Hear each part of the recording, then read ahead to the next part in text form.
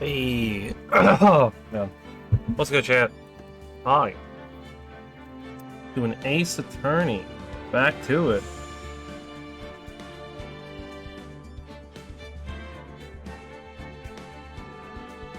Okay, cool. Getting emails for an NDA thing that I signed. Well, because it's an NDA, I can't talk about it. But, still. Playing Ace Attorney 1, getting back to it. Trial 5. The bonus trial added in like the Wii Shop era, I believe, if I remember correctly, on the history of that. We're on to the Day 2 investigation, if I remember correctly. Pretty good time. As far as some things to note, you may or may not have noticed that our wonderful little sub goal at the top changed. Because, I don't know when, I mean, I kind of know when, but I didn't know that it happened. We actually hit 5 sub points, which I wasn't... we hit it and it didn't update it, which I assume is probably because it happened during D&D streams where I don't have that stuff enabled. So, like, not even in the system at all. So it probably didn't add it to the thing because it wasn't on. But we are now updated. We hit that goal. The next goal is 15. 15 is a big goal because 15 unlocks the next sub-emote slot. And that slot will also mark me commissioning an emote artist to get a couple emotes. I have a few ideas. I'm not going to spoil any of them, but I do have a few ideas. There's a few things that I want. There's 2 for sure, and then a couple of others that I'd be like, yeah, it'd be kind of cool to have. They're not like fully fleshed out yet, so aside from the 2, there's 2 that I know that I want.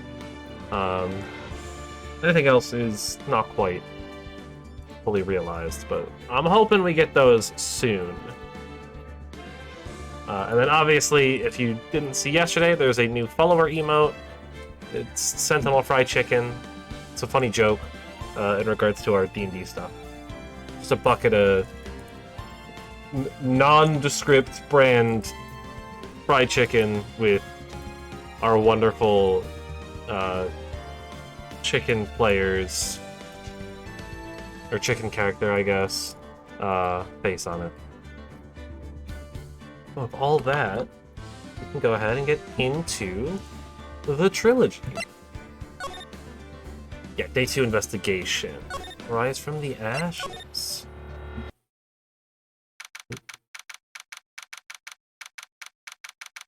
February 23rd, 2:15 p.m. Right in law offices.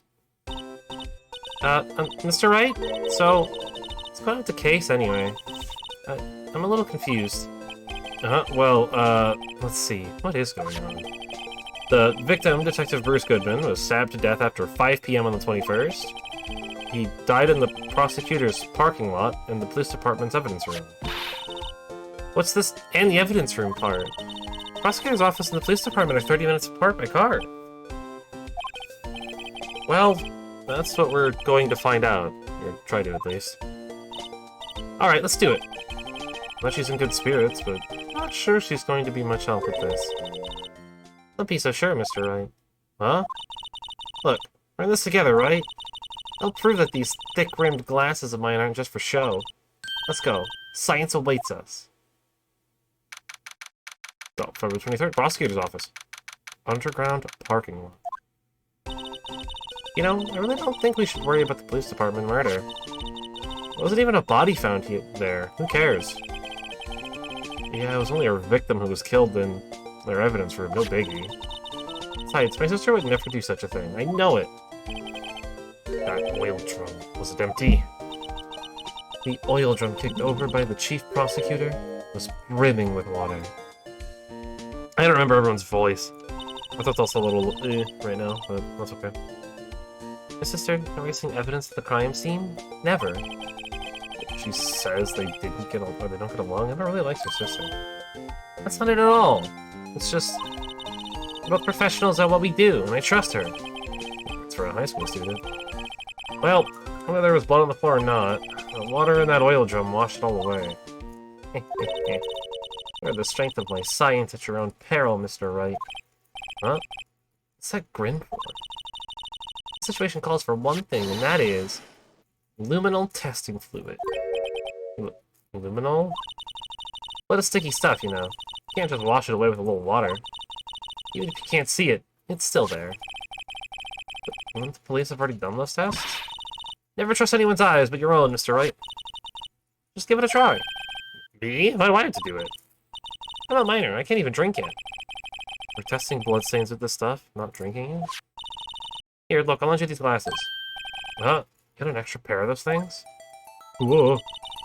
That's for a blood reaction. Just spray the luminol on it. Like this, see? Press the A button to spray it on. Okay, let's find us some bloodstains. I'll say, I think the first place would be, like, over by here, right? Oh.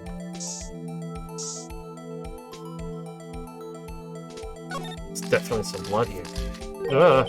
Flashing lights. Flashing light warning, I guess. I didn't know there were any flashing lights in this game. See your eyes shining behind those glasses? So, is this a bloodstain? It's so... You're shaking. It's my first time seeing real blood.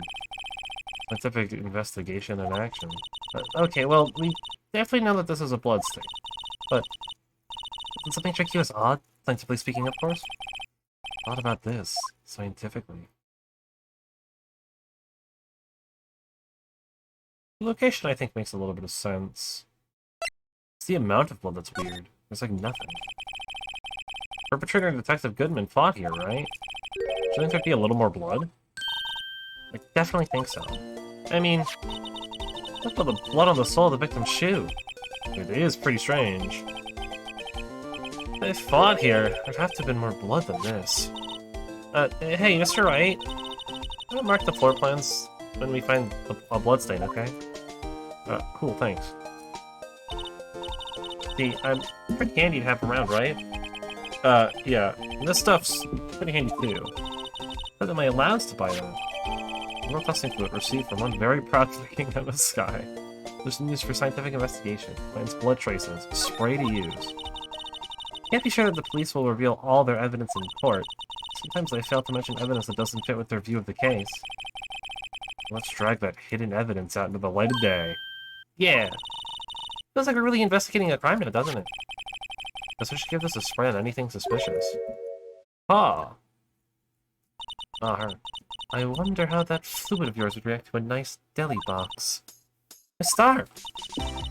Only trust your own eyes. Not bad, you two. This day-old deli box is on the house. Sorry, it's just that kind of bleeding doesn't really get my mouth watering. You certainly put me in a tight spot today. My apologies, Miss Star, but... No, it's okay. It was my fault. Oh, we know.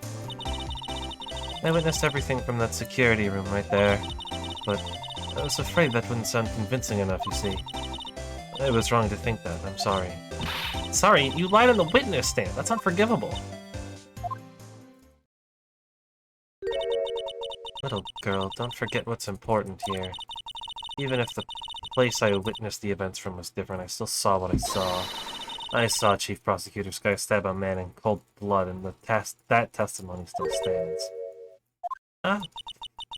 I swear it on my honor as a detective. She stabbed Goodman. You know, this photograph is something important to tell us, but what?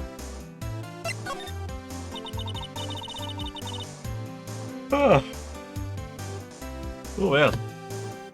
So, you were a detective, weren't you, Miss Star? Yes, it was a long time ago. 2 years ago. No matter how hard on the criminal, when they faced me, they coughed it up. Coughed it up? They confessed. They babbled like babies. You know, may seem like a demon sometimes, but I can be an angel too. I wouldn't doubt it. My name is Angel. Every day I dragged the dirt out of the mouths of suspect after suspect. And before long they called me the Cough-Up Queen. Oh, and here I thought someone had gotten food poisoning from your lunches.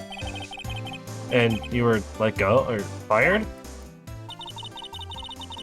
I felt that I had found my dream job when I became an investigator. If these prim and proper prosecutors hadn't let me go, I'd still be one today. Huh.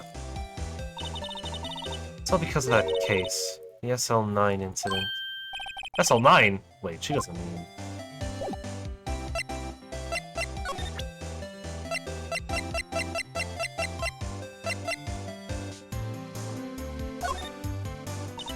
what do you think about this? The SL9 incident. It's written on that knife. And on that note, Goodman was the head detective on that case, you know. Really? That knife was evidence from that case, the murder weapon. It was due for transferal the very day that Goodman was killed.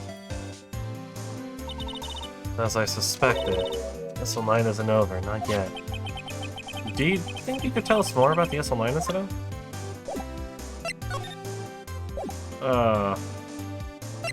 Okay. Does she say the same thing if I present her with the note? What do you think about this? SL9 incident? It's written on that knife. If it was evidence from the case, the murder weapon, it was due for transferal. The day he was killed.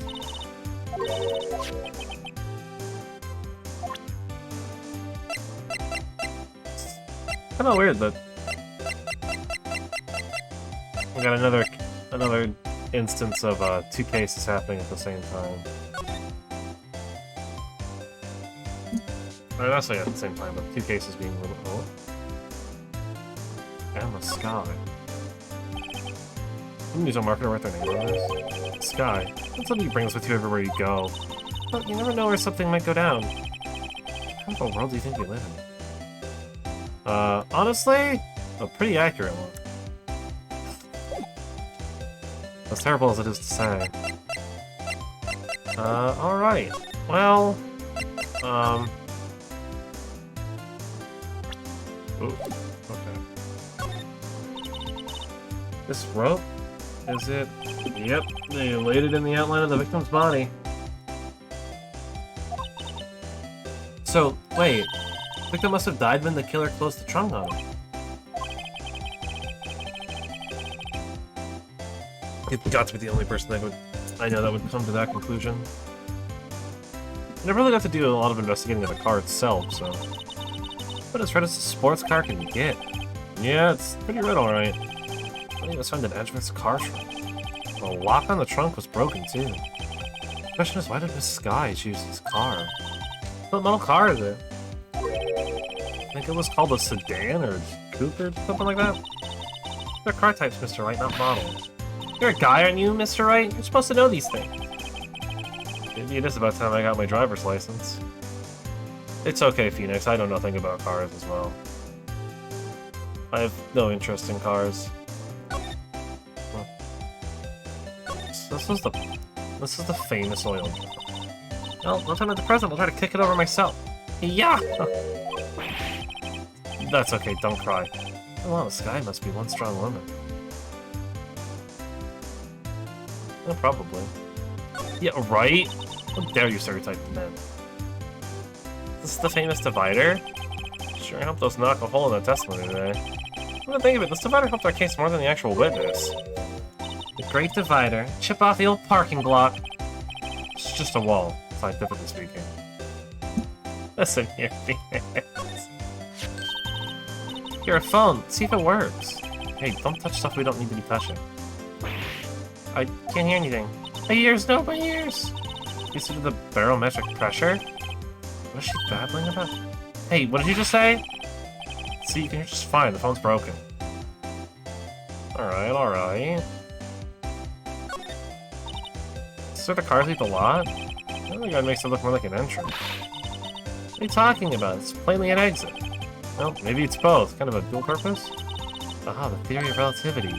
What? Gotta write this down. Hey, Mr. White? Maybe you know. Was Mr. Relativity German, or was he British? Mr. Relativity? Are you sure that was his name? Honestly, I think Maya might be a little bit brighter than Emma.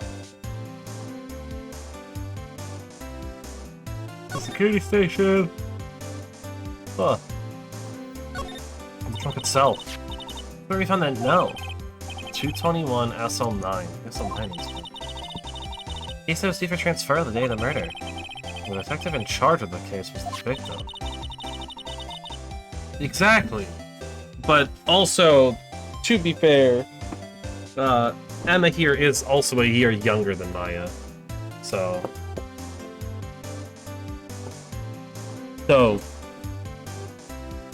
she isn't a spirit medium. And it's just some, like, 16-year-old high school student that really likes science. What kind of a case Seth and Lina thing was? It's kind of hard to guess just knowing the case number. Yeah, it should probably head over to the police department to figure out what's up with the case, right? November 23rd, police department entrance. I'm busier today than I was yesterday. Since they're running around so fast, they're blurring. Doesn't make sense. I just had to get killed here after all. So, the evidence room, the scene of the crime? Right to the pamphlet we got at the front desk. Here it is. Looks like a kid at an amusement park. Oh, a real crime scene. Let's go take a look. Oh, yeah, I guess. Oh my god. Tell Texas. Oh my god. February 23rd. Evidence room entrance, guard station. The decor in this place, it's very eccentric. According to the pamphlet, this is the guard station for the evidence room. So beyond that door is the evidence room. Scene of the crime. Sure seems that way. Oh! What's wrong? Those cacti, they're so prickly, so imposing. It's hard to think straight. Get out of the cacti, instead of the desert. What I want to know is, this is a guard station, where's the guard? I have a feeling I know he is already. I also have a feeling I know who he is already. Just based on, this, as well as this, definitely this. Security guard uniform hanging there? Looks like a costume in a uniform, honestly. Leather jacket, leather pants, leather. What was that thing called again? A punchy? A paunchy? A pinchy? I know. A poochie. Wait, maybe that wasn't... Oh, was that raining? It is raining. At least it looks like it might be raining. I heard some rain sounds. It's a poncho, but I think I'll keep that information to myself for the time being. Nice try, prickly. Oh my god, that must be the real deal. I think just one big one would be sufficient. It's cacti. Not like my sister, actually. How so? Case on a cold, rigid shell, spines pointing in every direction. Just like her. I'm not so sure it's either resemblance. It's more an attitude thing than a physical similarity. I suppose. The swinging door makes the place look like some kind of saloon. But look, it's nailed shut. You can't get in that way. Of course not. If you went in through here, the cactus would fall over. Ouch. I'd say it'd be more of a yeah myself. Alright, Phoenix. Oh, the big old box computer. Look, there's a video feed from the evidence room here. The light blinking below the monitor. It says recording. Maybe we could use this computer to check on who went in and out of there. Maybe? It might actually be raining, man. Oh, looks like we're gonna need like a key card or something. Oops. Oh man, the evidence room is beyond that door. Let's just walk in. It won't open. You thought it would be open? I think we need someone's permission to go in there first. Oh, it's definitely raining inside. Oh. God, sorry, I'm allergic to stupid. Why is this on the floor? Look on the floor, lasso. Looks like it's up to trap someone. A trap here? Wait, I know! Maybe someone was trying to catch the wild bull in here. But the lasso missed. You sure have an active imagination. Alright, well we're gonna need permission, so probably police department entrance then? Might be able to... Go posters. Let's basically do down 911. You know, Mr. Wright, I've always thought it was kind of funny. Never seen anyone who looked like the people on these posters. They even look human. There's a point. What are these two bozos doing?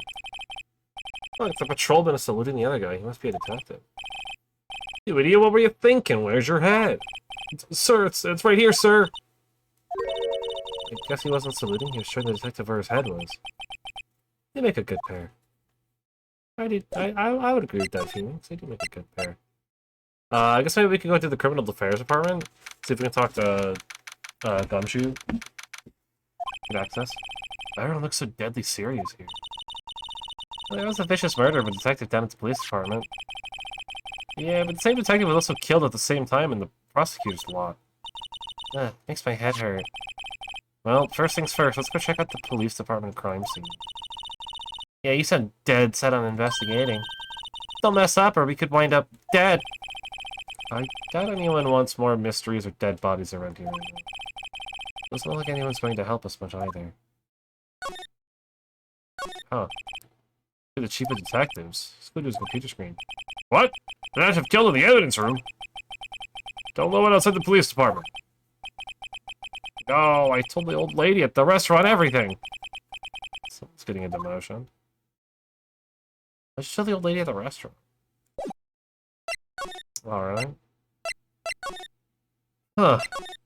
I guess maybe... Can't get in currently. What's the detention center? Who's in here? The detention center visitor's room. It's like Miss Sky isn't questioning. The detectives went yelling at her. I should kill him in 2 places at the same time!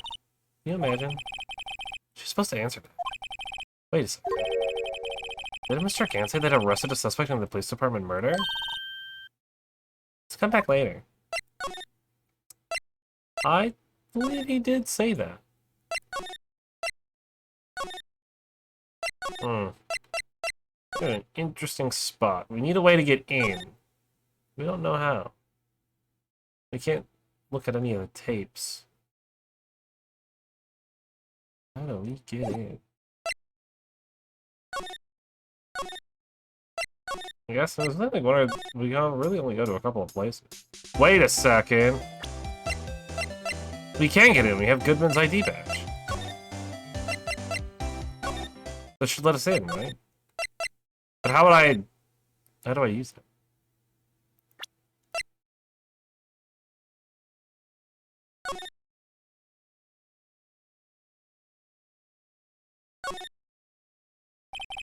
What ID number are written here? Sergeant Bruce Goodman, ID 5842189. Why do they use numbers for IDs? Also, they use letters, silly? Sergeant Bruce Goodman, ID Yabadab. Good old Yabadab. Yeah, it really doesn't take a lot to amuse her. Also didn't take a lot to amuse, I guess perhaps examine. This room is beyond that door. One open? That'll be open? We need someone's permission to go in there first? Dang! We need permission. Alright, I guess we can't just swipe the card. Whoa. Okay then. Lights just flickered for a second there, that was fun. But the computer didn't turn off, and that's all that matters. Alright, I had one of those up until 2 years ago. Back when you were the cop-up queen, right? This ID card in the parking lot. Well, there's no mistaking that, it's definitely Goodman's. But, it's the same ID as the man who was killed in the police department.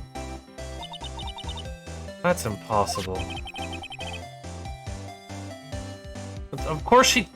How would she not know I'm an attorney? We literally were in the same courtroom together. No! No, I don't. She knows I'm an attorney. How should you be so sure? Hmm.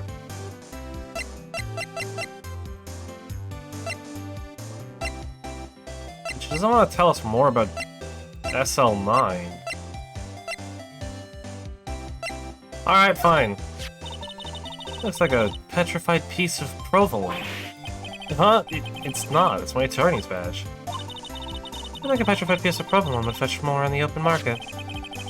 Look, my badge isn't up for sale. Not yet, at least. There, you happy? I showed her my badge. I showed you my badge, please respond.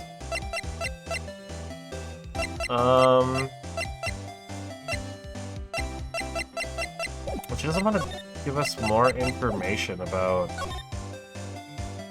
SL9.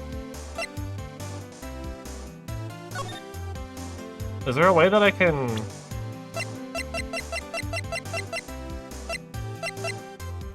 Ah, there we go. Can I spray for more blood?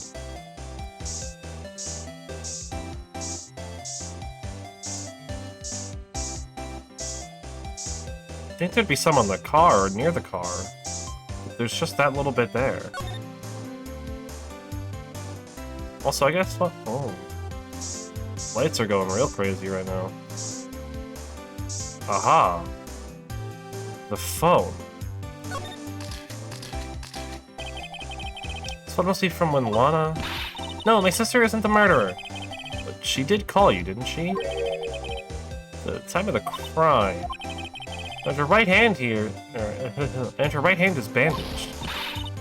Hey, just whose side are you on? This has nothing to do with taking sides. This means that Lana's hand had blood on it. It just keeps getting worse.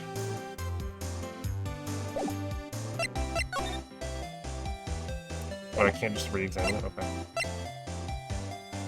You have to be in examine mode to start the sprite thing. Oh no, I can just do it whenever. Okay, cool. Yeah, just check everywhere, just in case.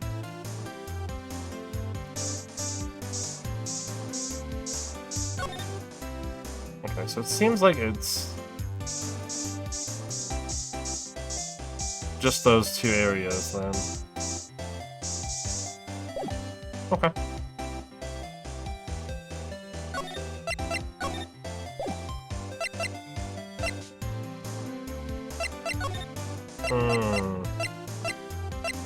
I'm gonna talk to Edge Boy. Prosecutor's office. 1202. I suppose it's as classy today as it was yesterday. And I'm sure it'll still be as classy tomorrow, Emma. Incidentally, Idris not here. Sure he's not doing important investigations. I think that's what he's doing. So to come back. I guess we will indeed. What's this? A work desk. It's quite tidy, as one might expect. Nice desk. Easy to use, easy on the eyes. It's polished so high I can see my own reflection. It's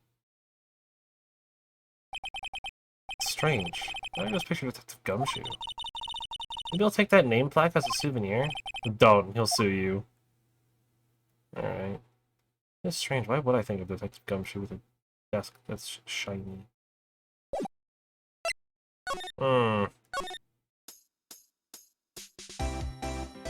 He's not dead.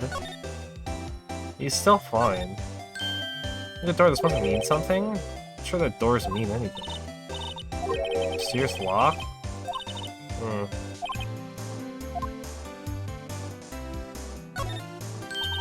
Aha, a ladder! That's a step ladder. What's the difference in scientific terms, please? Scientific, huh? The basic nature of things, Mr. Wright. It seems so horribly familiar somehow. So it's not really anything new to investigate. There's not blood anywhere that we haven't already checked as far as I can tell. So I guess we could check one more time on the inside of the car. To accept that as hard as it may be for you to do that, you need to move on. The detective is no longer with us. He's not dead! Stop! Gumshoe's alive! You can't prove anything! Goodman, on the other hand, he's dead. He's super dead. He's gone. Rip Goodman. Okay. There's nothing here. Nothing else here. She has nothing new for us. I'm honestly kinda stumped. Not really sure what to do here.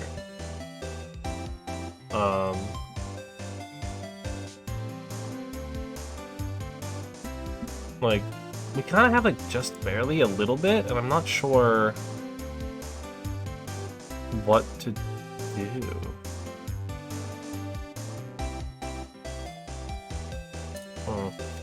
I guess we could always just try presenting her more things.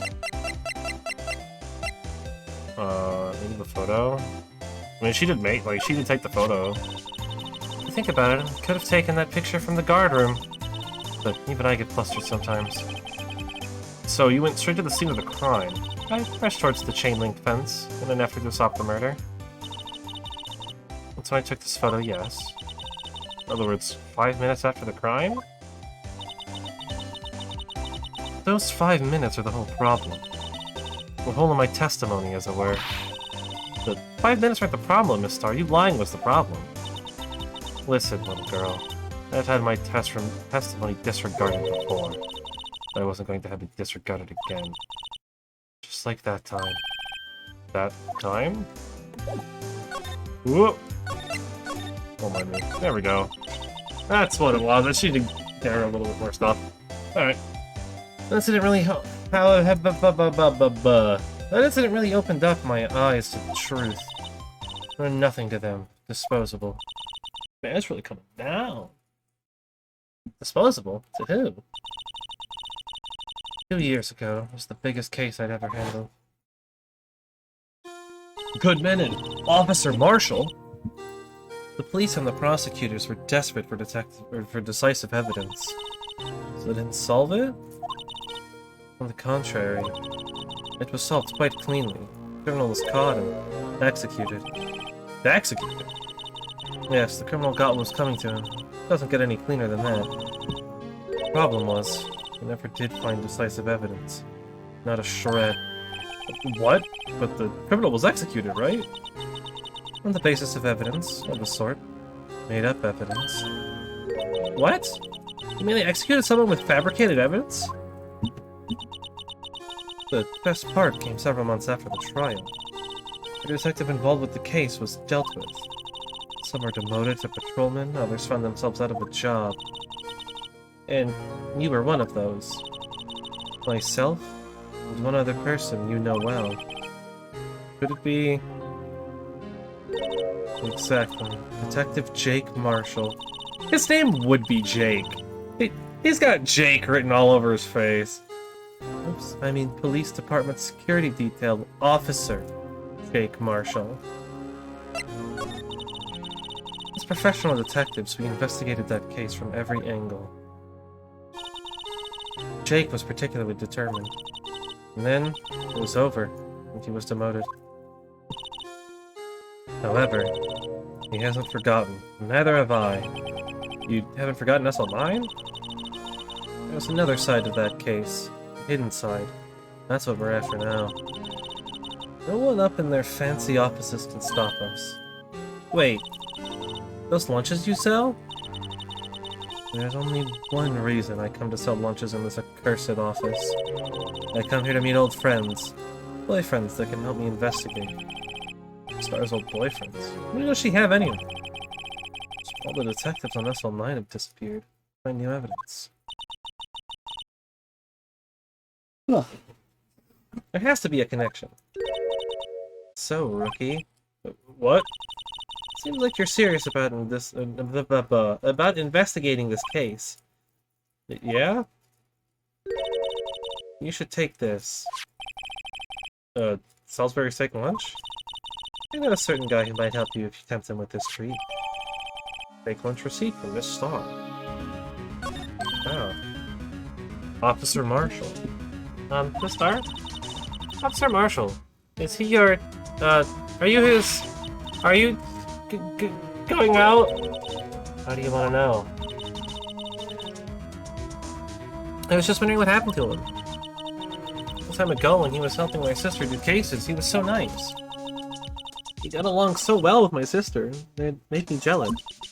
And he was nice to me too back then. This would be when Officer Marshall was detective. But now, he's so cold. Jake and I are merely cooperating on this investigation. We're putting the past to rest, as it were. Nothing more than that. I see. Thank you. Officer Jake Marshall.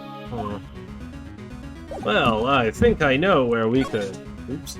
I think I know where we could find an Officer Jake Marshall. February 23rd, Police Department. Entrance. This is charged with frantic energy, as always. Please! Huh? Wasn't that... One steak lunch, please! Oh, it's you!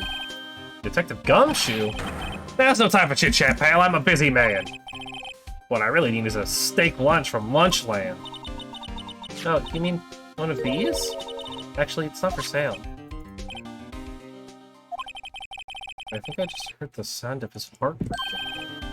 See? Gumshoe's not dead. He's right here. Now's no time for despair. We've caught our criminal. Now we just need evidence. The criminal? You mean... You heard about the stabbing in the police department evidence room, right, pal? Of course, I was there. On the same day that a detective was killed in the prosecutor's parking lot, another detective was killed in the police department. And the perpetrator? Do you have a suspect? Oh god, I don't remember how I voiced him, so we're just gonna completely change whatever it was. Be something that is less killer on the throat, because all I remember is that it killed me. Well, there was a suspect. Just arrested him, in fact. That's what we're gonna do from now on. A little bit easier. Not nearly as difficult on the voice. It's the biggest scandal that hit the station in ages. Everything's topsy-turvy. But Detective Gumshoe, who was it? Listen, pal, all I know is I need me a steak lunch, pronto. Around here talking isn't gonna fill my belly. Wait, don't leave? You wanna know more, head on down to the detention center, pal. Questioning should be over, so I figure he's down there having a good cry. Later. He ran off to the evidence room. Well, this investigation was off to a running start. Alright, well... I guess head to Criminal Affairs so we can head to Detention Center? February 23rd, Detention Center. Visitor's room. So I did feel better about things. A little. They caught the person who stabbed Detective Goodman, didn't they? I guess they did? Let's not go too far down that road right now. Things will just get confusing. Ow. What was that? So that's what I'm saying, me, a perpetrator. I'd say I was the perpetrated against, sir. That's what I'd say. It's Meekins! Ah! Oh, hi! Greetings, sir! Wait, I know who you are. Excuse me, but is Mr. Edgeworth anywhere on the premises? I'm here, sir, at the request of the chief, sir. I've got your report, sir. Officer Meekins. So you're a guard here at the detention center? No, sir. I'm not, sir. I'm a little lost patrolman, like a little lost lamb, sir. Oh, I get it. You're here to deliver a report. No, sir. How should I say this? Wait, he isn't. Is he? You? Officer Meekins? You didn't, did you? Perpetrator Officer Meekins reporting, sir. What? What? Now this is an unexpected turn of events. Poor Meekins, man. He's just trying to do his job. Oh, please stop with that. Sir, patrolman was general affairs, sir! Sir! Ow, I can hear you fine, Officer Meekins. I had some business that day, sir, and so I went to the evidence room, sir. The guard station in front of the room was empty, sir. So, apparently there's a guard at the evidence room. That's right, sir, because evidence is kept in the evidence room, sir. Now, the security officer was none other than Officer Marshall. Marshall? That should not be a surprise, Phoenix. Then, sir, I happened to glance at the security room monitor. That's when I saw him, sir. A suspicious person in the evidence room. A suspicious person, sir. A suspicious person. Yeah. What the heck is this guy doing? I love him. He's so great. He's so funny. So what happened then? After that, sir, I Everything went white. I saw red. I blacked out. And when I came to, I was here in the detention center. How long were you out? Days? Might I ask? What happened to your hand? Sir, there was no one to bandage me, sir. So I did what I could to wrap it up, sir. A bandage on his hand. Just like Miss Sky. There's another similarity between this case and the one at the prosecutor's office. First things first, tell us how you hurt your hand. No, first things first, tell us about the victim. I don't mean to pry, but you are the perpetrator, correct? You killed Detective Bruce Goodman in the evidence room, right? Sir, please don't look at me with those sad puppy dog eyes, sir. If you had to label me as perpetrator or victim, sir, label me victim. I would, but you happen to be in detention and alive and well at that. Yes, well, that's true, sir. I suppose you could say that. Did you know the victim, Detective Goodman? Well, sir, if I had to label him as a stranger or a total stranger... Oh, God. Then I'd say he leans heavily on the total stranger side. So, you didn't know him? Yeah, no, it hurts my ears, too. Sir, I work in a tiny department, devoid of light or other creature comforts. I don't know any detectives. So if he was a total stranger, why did you stab him? Sir, I had no intention of killing him, sir. None. Nor do I have any recollection of killing him, sir. Someone around here is more confused than I am. Alright. What's your hand? Did that happen during the course of the crime? Well, you see, sir, could you stop at that? Don't you think you should just confess? But, sir, but there was nothing I could do. Nothing you could do?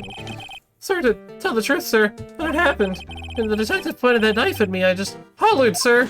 And the next thing I knew, I was unconscious. Next thing you knew, you were...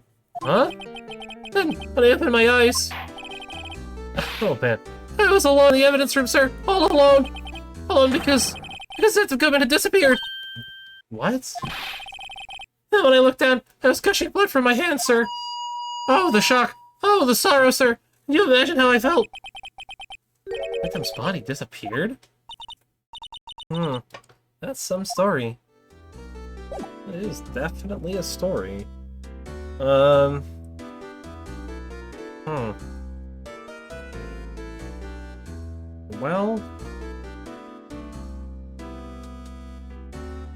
I'm trying to think. I guess... we could potentially... Yeah. Do you think you could take a look at this? Hey! That's it, sir! That's it! That's what? God, I hate this megaphone. My head was a blank until this very moment. But, sir, I remember, sir! You mean you remember what happened? Correct! That card was the cause of it all! This ID card? Exactly, sir! That's exactly it! Nothing could be more exact, sir! Nothing! Can you stop? I'd probably this one a little deeper. I don't like this. Can you tell me what it is you do remember? Well, sir, you might say I'm a lost little patrolman. A lost little lamb, if you will. I did know Mr. Detective Goodman, who was in the evidence room. And that's why you thought he looked suspicious.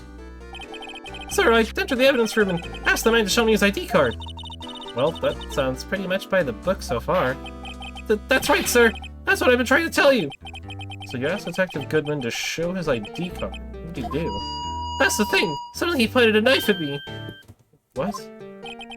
Sir, I assure you I was as flustered as you are right now. So I whooped and blepped at him. Detective Goodman pointed a knife at him. Do unto others before they do unto you. My own father's words, sir! What happened that... I know, I need to get over this. Well, my eyes, sir, everything went white. And I awoke, I was here. Oh my god. I hope he's not on the stand with the megaphone. I can't handle this sound much more. Right, alright, reason for arrest, let's get this over with. So, Officer Meekins, why was it that they arrested you? What do you mean, Emma? That's like all we know. Well, Officer Meekins did know Detective Goodman, and the victim, whom he met at the scene of the crime, didn't show his ID card. In other words, we have no way of knowing if the victim was really the victim. And if this body just disappeared from the evidence room, I don't even know if anyone actually died. That's it, sir! That is what I wanted to say! That is, I did say something along those lines. Huh? But we still ended up here. They told me that it had to be him, sir. On that day, at that time, Detective Goodman was definitely in the evidence room. That's what they said. But you don't remember the events clearly. No, but the videotape is quite clear. Not videotape. From the security camera. Oh, stop. The crime, my crime, the crime I swore to stamp out. It's there. It's me. It's on tape. Poor Meekins, man. You waited until now to tell us this? I'm sorry, really sorry, sir. I'll hand over my badge. I don't deserve it. No thanks, I have my own. Well, guess we better go check out the crime scene. Oh, finally. Finally, I can stop talking to this guy. Don't get me wrong. He's cool. I like him. 13 for police station. Hey, Mr. Wright, look who's standing at the chief of detectives desk. It's Police Chief Gant? And you're sure this is all, hmm? You know what it means if there's anything missing. Sir, I'm sorry, it's most likely totally perfect. We checked all of his drawers, lockers, garbage cans, bags, coat pockets, hats. Under a seat cushion, behind his computer monitor, inside his personal coffee machine. I see. Well, if anything does turn up, you call me right away. Deal? Yes, sir. We'll scour the place again, sir. Chief Detective looks a little flustered. Righto, my boy. How you been? Swim much? Oh, Chief Gant reporting for duty, sir. Why are you saluting him, Mr. Wright? What is this sound? What is this music, bro? This is some Final Fantasy stuff. Literally like... This is literally like, oh, we're gonna go talk to Kefka, guys. I mean, it is very fitting. Is Edward going to be okay? Oh, Worthy! Oh, you know. They're doing a little inquiry committee with him. Sounds like an inquisition. Yep, well, they've had no end of trouble with the boy since last year. You mean the incident on Gourd Lake? It doesn't look good having a top prosecutor sit in the defendant's seat, does it? And you got someone else found guilty in that case, right? Righto? Von Karma. The legend he was, undefeated in his 40-year career. But in court you fixed it so he was caught for forging evidence. Wait, I didn't do anything wrong. He did forge evidence. In any case, the prosecutor's office is in a bit of turmoil, you might say. Why, they do just about anything to restore their reputation. Now, depending on what that inquiry committee decides, it could be bad for Worthy. What? It's a real fun fantasy music. I dig it, but it's so weird to hear in this game. It's downright odd, I tell you. The detective getting killed in that on their turf too, I mean. Their prosecutors, I assume? Scientifically speaking, it's impossible. Yes, but that's what the evidence is saying. Goodman was stabbed in 2 locations at the same time. That's what it says. What evidence is this? Oh, now, righto, I can't give away all our secrets just like that. And this in particular, well, it's a little sensitive. I can't talk about it. I wasn't expecting much anyway. You know, something I hate most of all this hiding stuff. Secrets. Can't stand them. But you know, the full-time job just keeping the chief of detectives trap shut. He was the one you were picking on earlier. Huh? You saw that? Oops. I wonder what it was that he wanted the chief of detectives to do. See if we can kind of discreetly ask him. Probably not. I'm being real. Oh, sorry you had to see that. What do the chief police want you to do? Well, see over there? That's Goodman's desk. He wanted me to check it for anything that might be a clue. They took away every last piece of garbage in the trash can. So if nothing belonging to Detective Goodman is still here? Of course not. Well, except for this. What? He kept something? Sure, why not? It's not important. We didn't even finish writing it. It's a lost item report, but it's only half complete. A lost item? Did Detective Goodman lose something? Yeah, this is February 21st. I'm gonna make a note of that in case. Or just in case. Written document dated 2/21 can only be submitted to the Chief of Police. Goodman's lost item report. I should really get back to investigating the police department crimes. God, this song is nuts.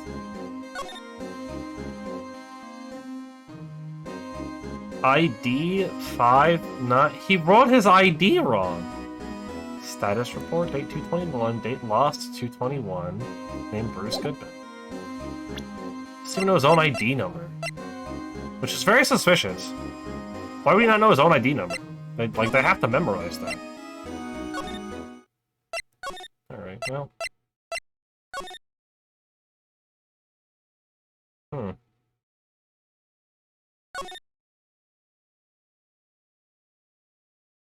Well then. I'm actually a little shocked that we're not supposed to be here.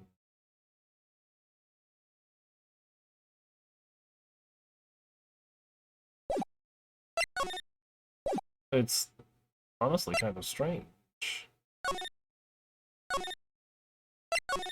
I guess maybe we would need, like, I guess we would need permission to get in, right? I was wondering, could you take a look at this? Sorry, Rhino. I'm through with that stuff. Through, I say.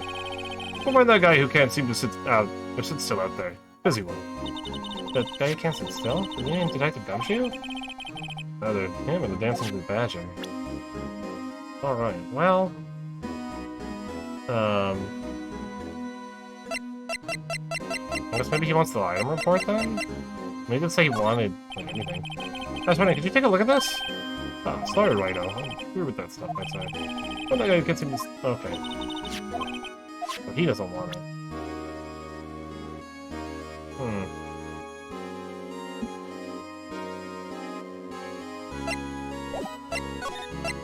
Ah. Actually, I was wondering if I could ask you a favor. Well, I never thought the day would come when Rhino asked me for help. I was wondering if we could investigate the evidence room? God, his eyes are crazy. Now, Rhino. Actually, I'm sorry, I don't need to investigate after all. Rhino, please, do I look like a selfish man? Uh-huh. Honestly, I can't tell. I genuinely can't. You look like every kind of man. You look like the kind of guy who would murder somebody, but also look like he would stop the murder at the same time. Heck, if anyone asked me, sir, can I borrow $500 or $50? I'd give them $50 no problem. So go ahead, investigate that room to your heart's content. Knock yourself out.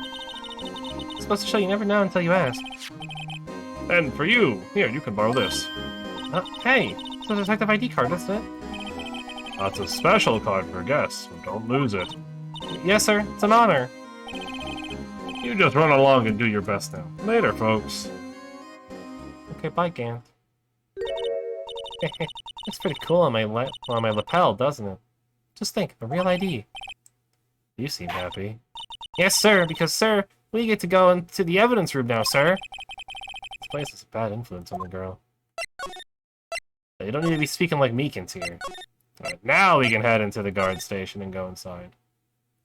I guess we have to examine the door first. Yeah. The evidence room is beyond that door. We have the ID cards from Chief Gant. Just walk in. Leave one open. Aha! The card reader is turned off, see? What's that security guard thinking? Howdy, partners. Well, well. What's made my Bambina's sky so gray? Officer Marshall? Doesn't have to be him. What's that? Why does it have to be him? Look for. As you may have surmised, this here's my saloon. You're here to investigate the crime scene?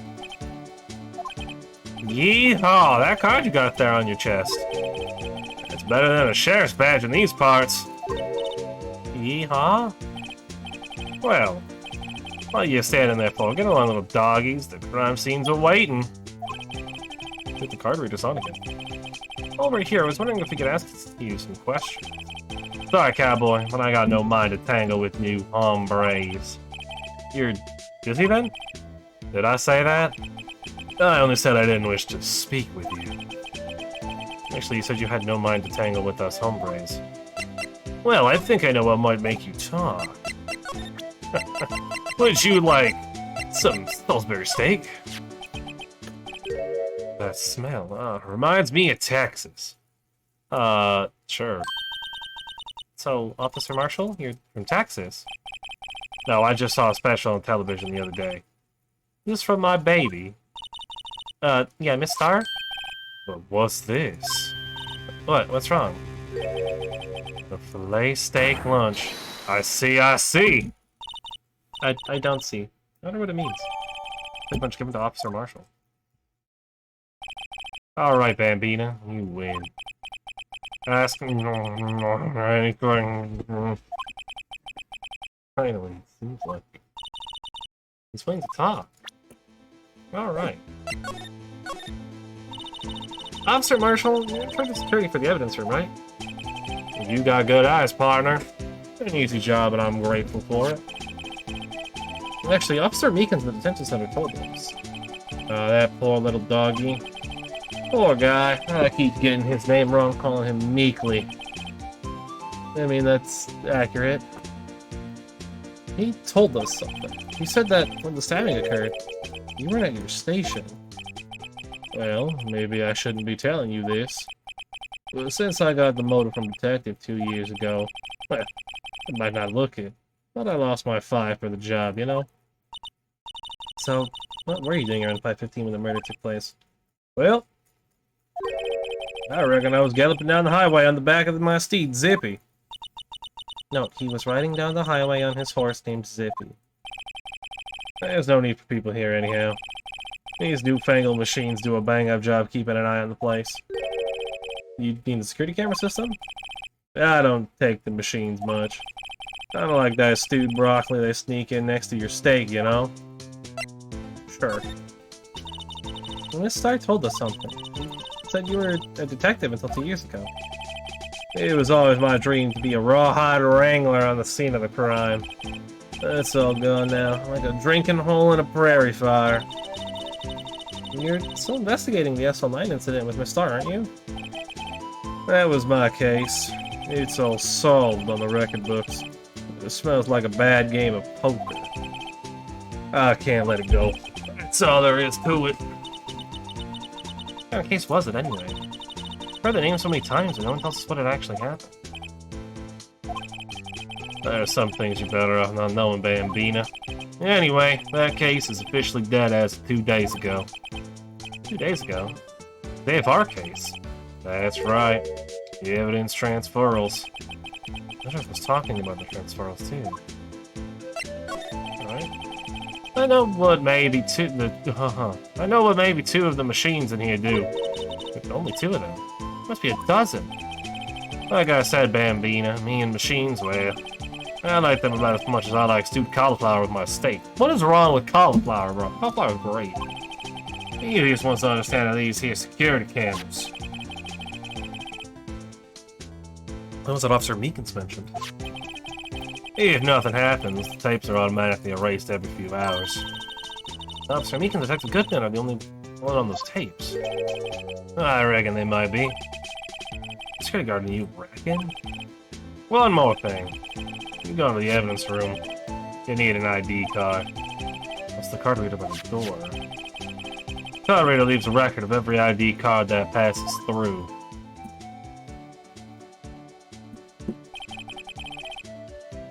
So this is the ID card record. Hey, I've seen that somewhere before. Sorry, Bambina, I can't show you more than that. Huh? I haven't heard whether this is related to the case yet. That's right, I saw a number on that record just now. I've seen that number before. There's some way I can prove that record is tied to the stabbing. Maybe. Sorry, but could you explain what this whole transferal thing was about? We keep only evidence from solved cases in this room. They're kept here under presiding detective supervision for 2 years. We can reinvestigate them if it turns out there was a mistake, see? So what happened to the evidence after 2 years? It goes to sleep forever in the underground vault of the county sheriff's department. That's what we call transferal. They do it every February. I see now. Transferal is like a funeral for old cases. Years after a case is solved, it's closed forever. Dead. Never to be reopened again. Never to be reinvestigated. What happened to Elsa 9 2 days ago? Huh. Well... I'd assume Goodman's ID was probably the number on it, right? I didn't actually get a good look at it. I wasn't paying too much attention to the actual numbers. This is the victim's ID card. Ah, one that was on the ground in the parking lot. Well, this is 5842189. Officer Marshall, show us that ID card record again? Wow, 5842189. Look, the fourth number. It's a perfect match. It was used at 514, right before the stabbing. What's more, there's only one of them cards in the world. So, when the incident occurred, Detective Goodman was the evidence room. But, wait, what did Officer Beacon say? You're right in the evidence room and ask the man to display his ID card. He asked Detective Goodman to show his ID card. What did he do? That's the thing! Suddenly he pointed a knife at me! His ID card, then. Why would he have to point at a knife at Officer Meekins? Alright, compadre, you win. I guess I can give you this ID card record. ID card record under the court record. Got an idea. Maybe I should show this list to other people. IDs here. That might not be a bad idea. Ah, yeah, see whose numbers we can get? The sheriff's back in the Wild West didn't place much faith in evidence. Well, the only thing they trusted was their shooting hand. This is neither Wild nor West here. Aha. That and this are two different things entirely. I guess so? Huh, I'm lost. Looks like we need some evidence to get anywhere with this guy. Alright. Well, let's get into the evidence room at the very least. February 23rd, evidence room. Sector 3. It's quiet. Investigation must be over here. Or must be over here. So this is the evidence room. It really is kind of like a graveyard. Graveyards are supposed to have grass and trees. This feels more like a morgue. Nice try, Mr. Wright. You can't scare me. Eeh! Whoa!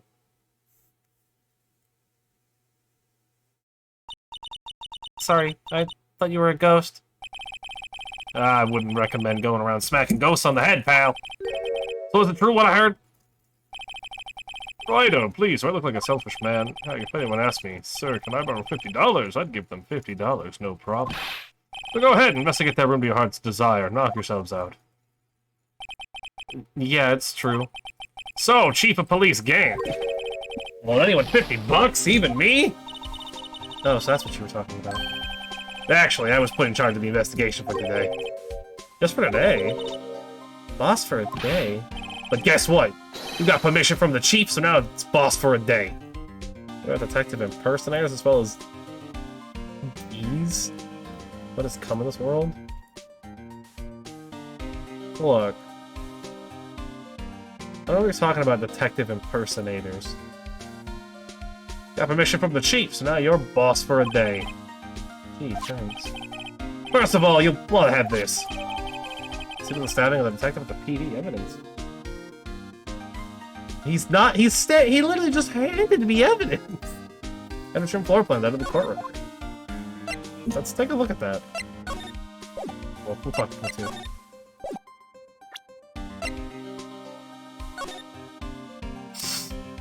Okay, so this is the floor plan of the evidence room. Okay.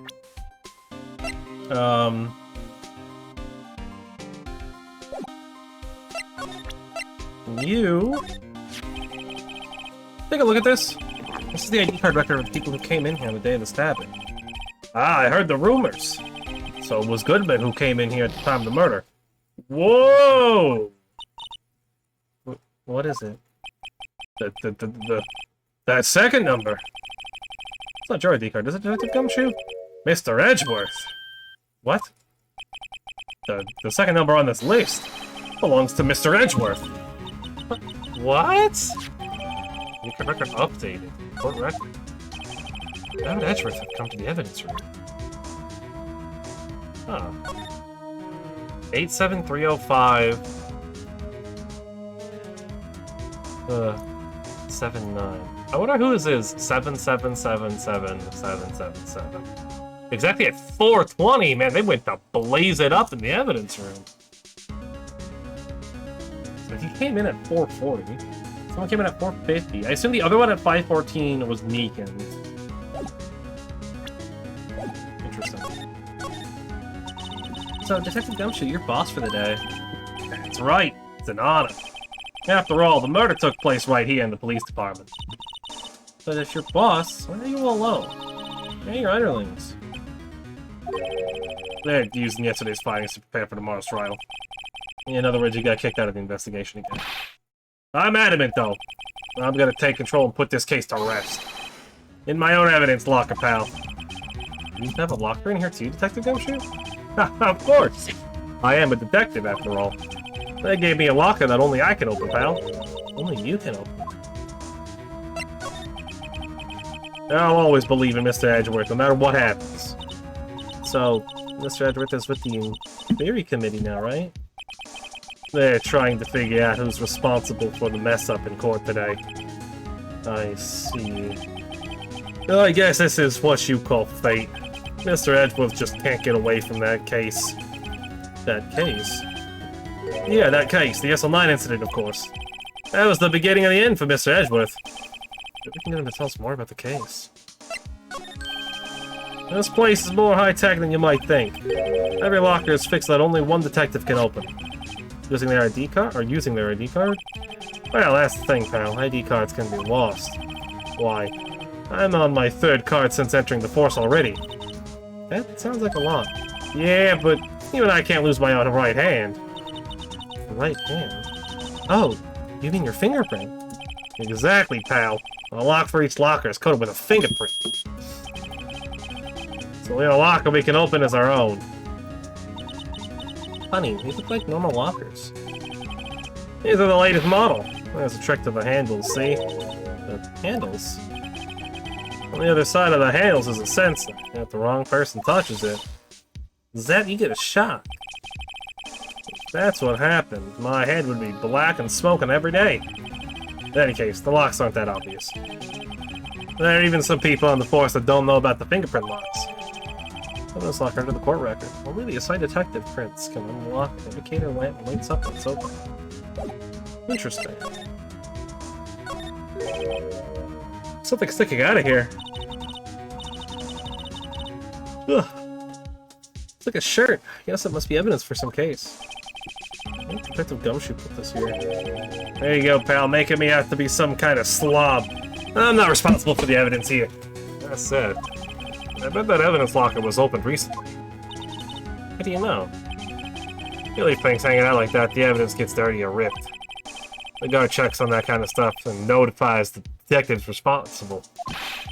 How many times have I had him breathing down my neck about some silly evidence?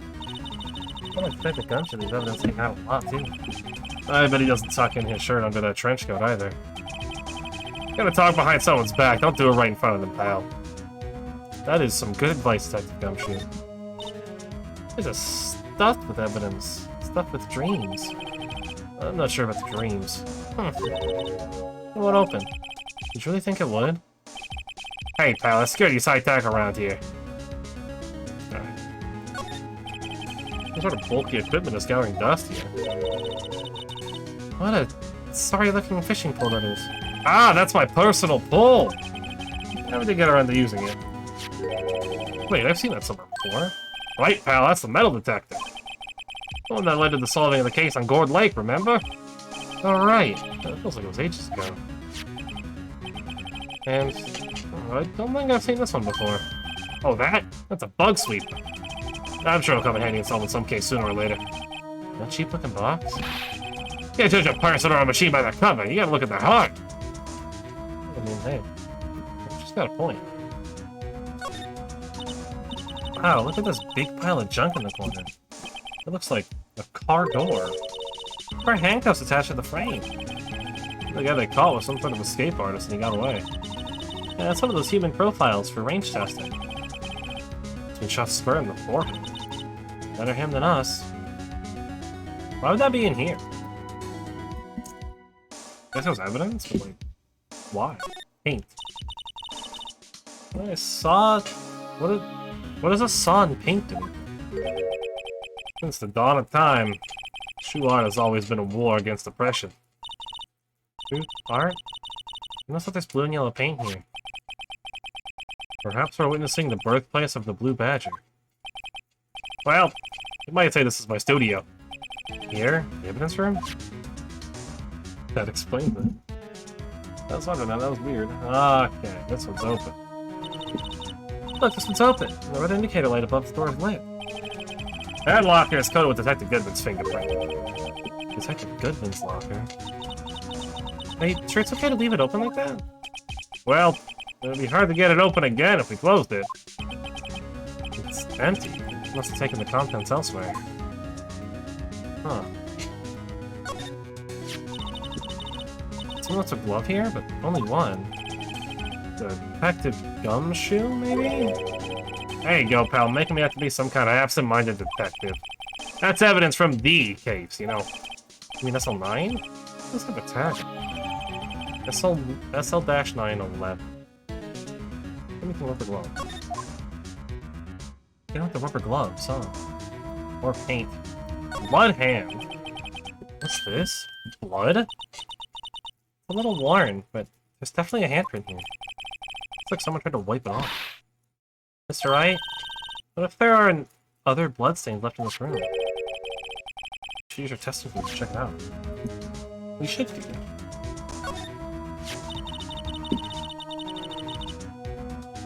Ugh. Wow, someone must have broken something big to make all these pieces. Is that the gumshoe, perhaps? There you go, pal, making me have to be some kind of hooligan. That's apparently from the case. The case? Yeah, SL9 incident, pal. See the sticker on the pieces there? Another piece of SL9 evidence. Closer look. I wonder what the shape these pieces were in before it was broken. I'll try to put it back together? Ah, good luck, pal. That's no job for amateurs. Why, I spent a good 3 hours on that before I had to give up. Oh yeah, I just carry around a tube of glue. Now this piece looks like the bottom. Let's try putting the rest in place. Oh, sick. Wait to do a puzzle. Oh, God. That's probably closer to the top. There's definitely an order to this. Ooh. Okay.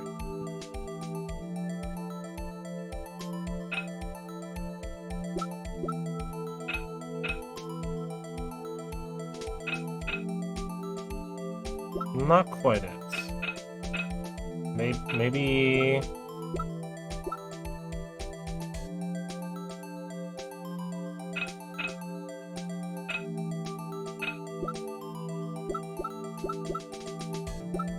This looks like it's... Yeah! Alright. And that... honestly kinda looks like... Okay. So perhaps it was... Oh.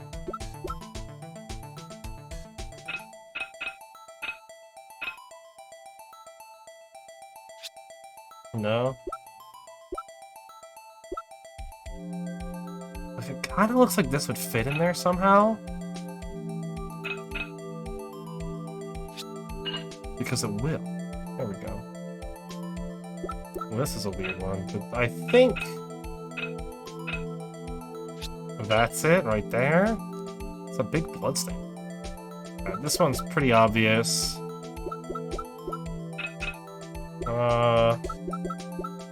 Where is it? This one. I tried to find the actual piece. That's definitely there.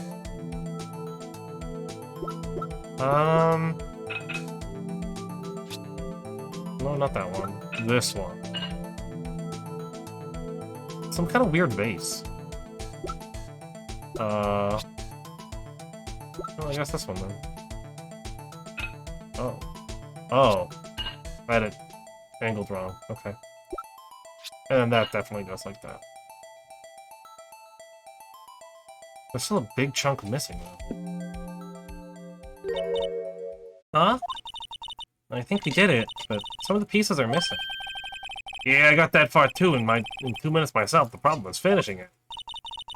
Were some pieces stolen? I bet they were missing to begin with. Still, it doesn't look like the most stable kind of jar. I can't understand how it got broken. Unstable jar under the court record. Jar pieced back together from fragments from the crime scene. Pieces missing. Alright. Well, a lot of stuff here.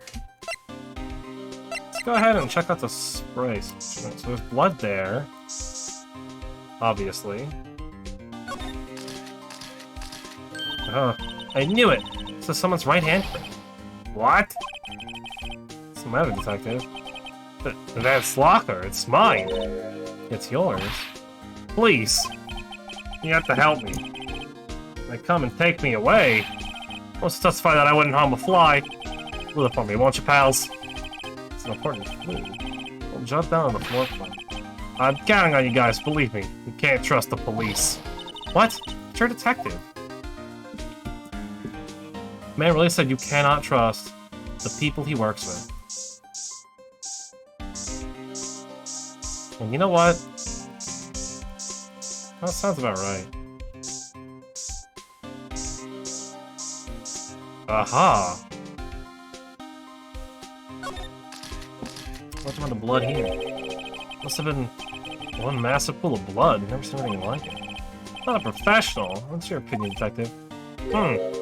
Pale blue blood. Detective Goodman was actually an alien. This proves that something really happened in front of this locker. I'll make a note of this on the floor plan. Hey, you know what? You didn't want my opinion. You shouldn't have asked. It's not that we didn't want it. Your opinion was very dumb. Just make sure nothing else on the lockers or... That's probably good, though. What? It's not toxic, it's true. His opinion was stupid. He said maybe Goodman was an alien. That clearly isn't the case. Alright, I suppose we could try to get him to talk more about SL9. Detective Goodman's note and that switchblade knife. I bet Edgeworth was the most surprised of anyone. Exactly. Is the SL9 connection? That was Mr. Edgeworth's first big case, you know, 2 years ago. That was the first time the world knew Edgeworth was a man to be feared. But why would evidence from that case turn up now? I guess it's not over, pal. Maybe there are some loose ends left on that case. Oh,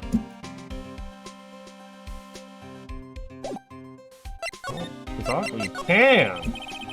Now that was a bloody violent case. Violent? So it was a murder? A serial killing. Serial killing? Maybe I don't want to get involved in this after all. But the killer made a mistake and Mr. Edgeworth built his case around that to nab him.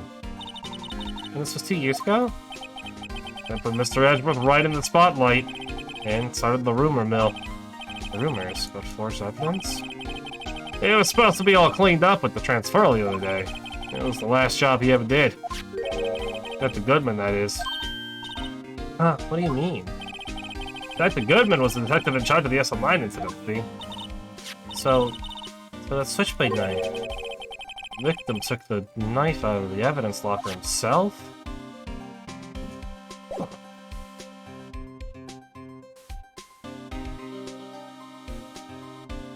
Well, I think that's probably about everything. I can't think of anything else we'd be able to do here. I guess we should probably double check. Not double check, but look at the things we got here. So we got the new blood splatters.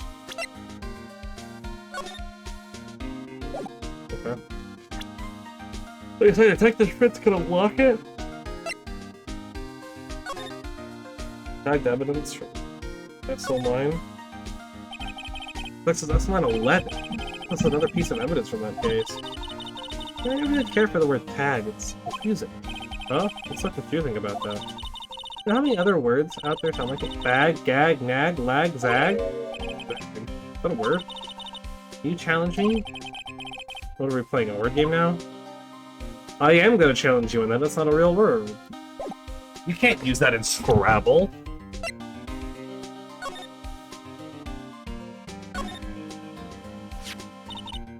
Hey, look! They're trying to make up. There's some dark red stains here.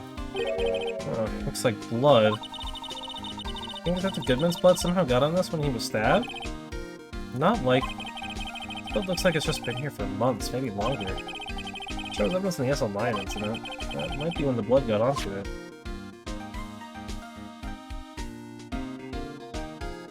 Ugh. I don't know why I'm so tired. Well... Oop, whoops, there was something there.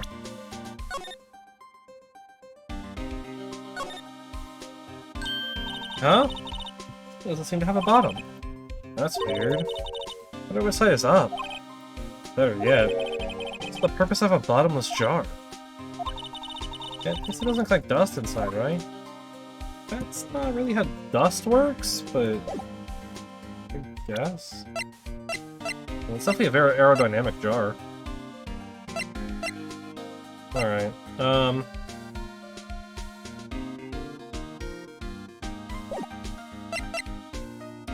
think that's everything then. So let's... Run out of here. Anything new from you?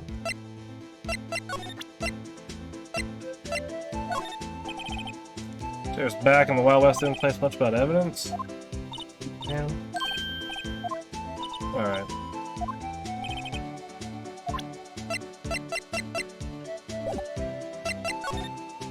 Well, in that case...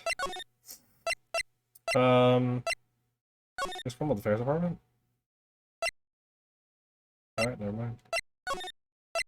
No, we do want to go to the detention center. I want to present the log to Meekins and make sure that my idea is correct. Officer Meekins, so take a look at this. I'm sorry, sir, really sorry, but I have no idea what that is. Maybe you should ask Mr. Edgeworth, sir. He's passing the buck, Mr. Wright. It takes a special kind of man to pass the buck to Edgeworth. Alright then. Well, I guess we should probably go talk to Edgeworth then. How did he get in jail? Pretty simple. He was found at the scene of the crime. Oh, Edgeworth's not here.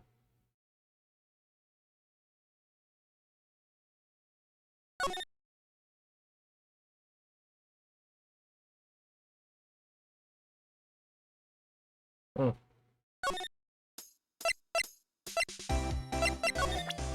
You don't have to know anything about this, do you?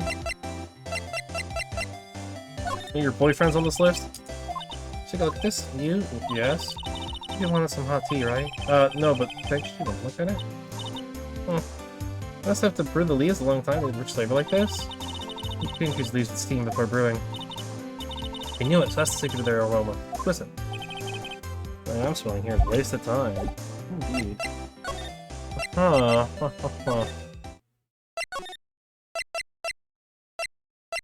Yeah, guard station. I guess... Maybe... Is there something else in here? Maybe more blood somewhere?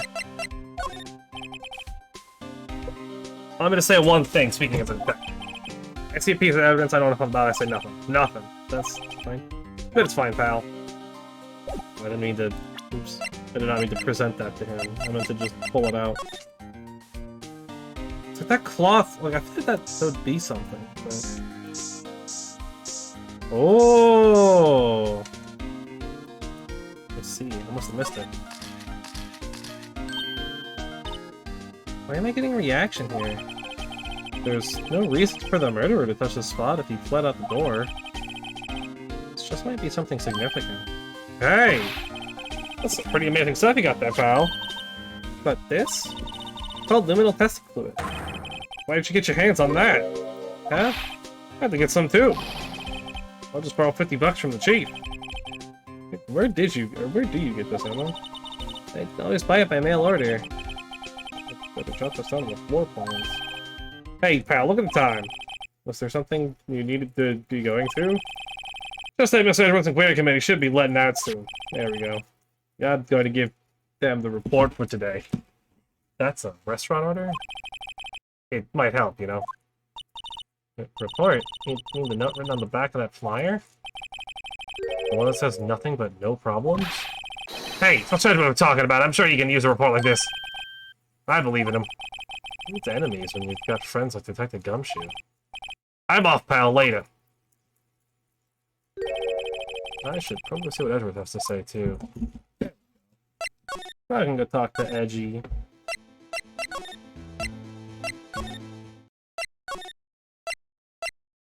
Which is like, I guess, go to right in Tues-Thurs. No, the underground parking lot, okay. I don't remember how to get everywhere is kind of a pain. High Prosecutor's Office, room 1202. Ah, guess, my apologies. Oh, it's you. Have we met somewhere? Uh-huh. Mr. Edgeworth, I beg your leave, so long. Is Edgeworth here? He's standing by the window, a teacup in his hand. Right. Does the hotel bring him tea service? Mr. Edgeworth, you're back from the district prosecutor's office in Query? I am. By the way, Detective Gumshoe is looking for you? Ah, yes, he brought me the latest information, it seems. Really? Was it helpful? Apparently, a new French restaurant is opening near here. I think he was trying to console me somehow. Yeah, the villain goes on the inside, Edgeworth. Hi, Mr. Edgeworth. I think this whole thing is really taking a toll on him. Well, Edgeworth, what do you think of this really cool piece of paper? Oh, right, I better check this now. As I was saying, What's this? A record of ID card usage? Edgeworth, you went to the evidence room that day, didn't you? Just before the incident occurred, no less? Yes, that's true. But why, Mr. Edgeworth? Please don't look at me like that. I was asked to go. By Chief Gant, no less. The Chief of Police? He wanted evidence for a case that wrapped up half a year ago. He told me he wanted me to keep it here in the prosecutor's office. AI-16. But it was solved, right? It wouldn't have to be if the evidence was already filed. The chief is never one to explain himself. In any case, on the day of the stabbings, I brought this back here. Can I ask what kind of case it was?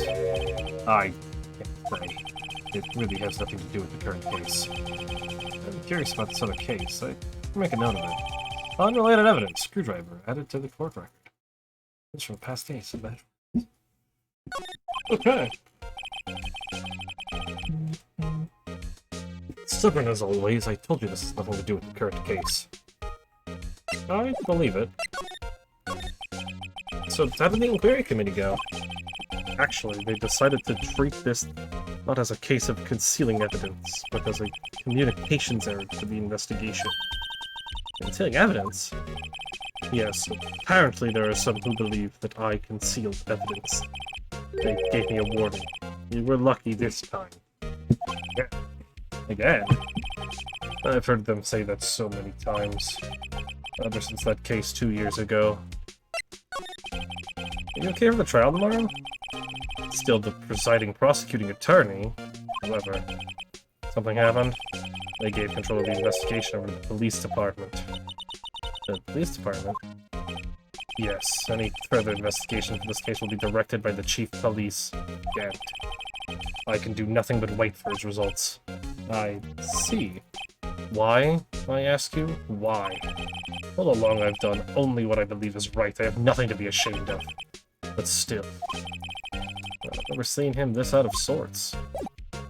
Oh, he knows something about SL9. I know you. You've probably got a hold of some information already, right? It all has to do with this case you were on, the Nestle-9 incident? And some dark suspicion you were wrapped up in? You're the man who revived the worst memory of my life. Figured I'd be telling you about this sooner or later. He must be talking about his father's murder in that elevator. Okay, Edgeworth, why don't you tell me about it? Tell me the truth. The SL9 incident was a heinous serial killing case. The head of the investigation was the deputy chief of police at the time, Damon Gant. That wacky-old coot was involved in the case 2 years ago, too, man. He was a top officer, and it was my first time working with him. I was nervous.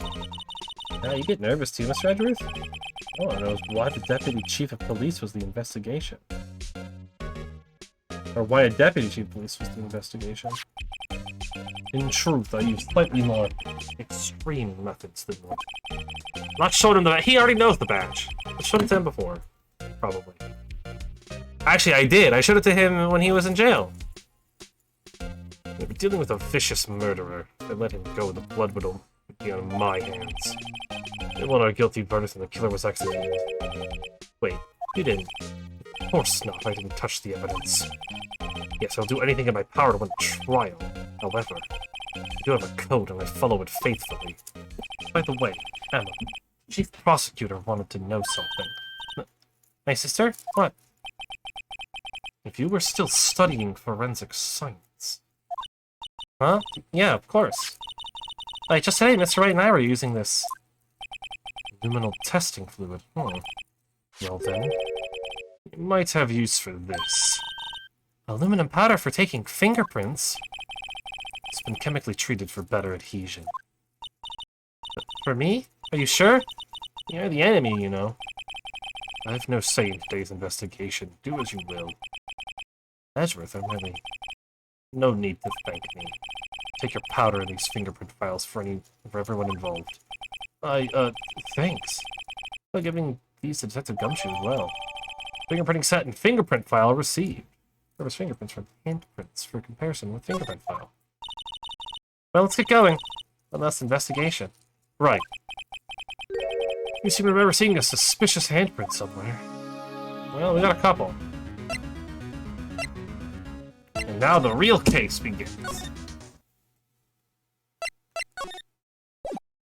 This is... Oh, she's not here anymore.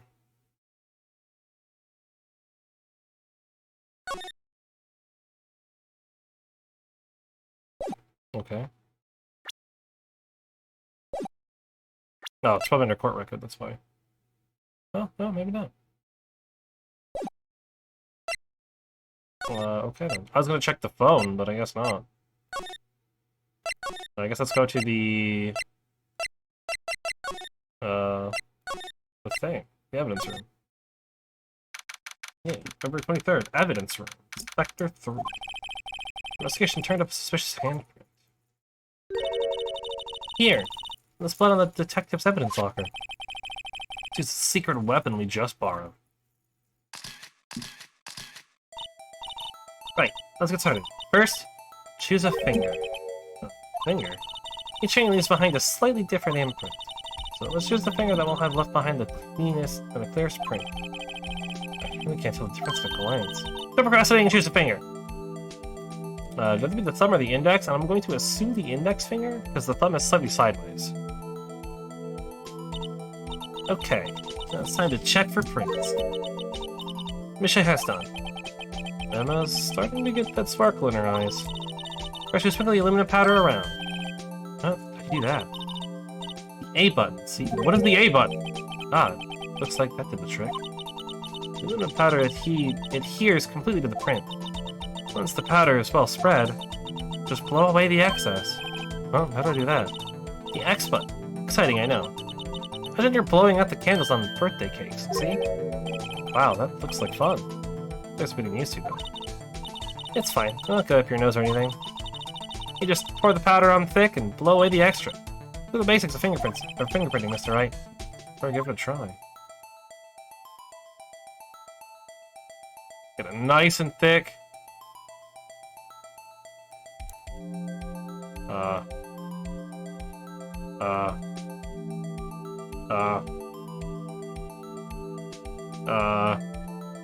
Maybe a little too thick? Let's move on to a different finger.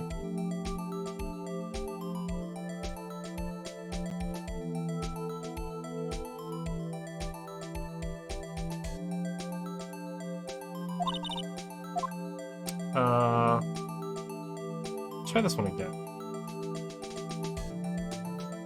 But maybe not be so dumb about it.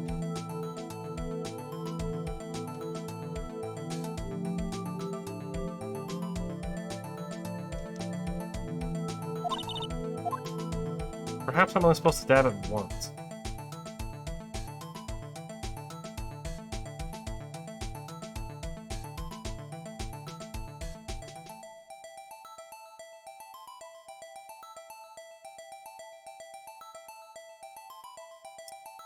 I see.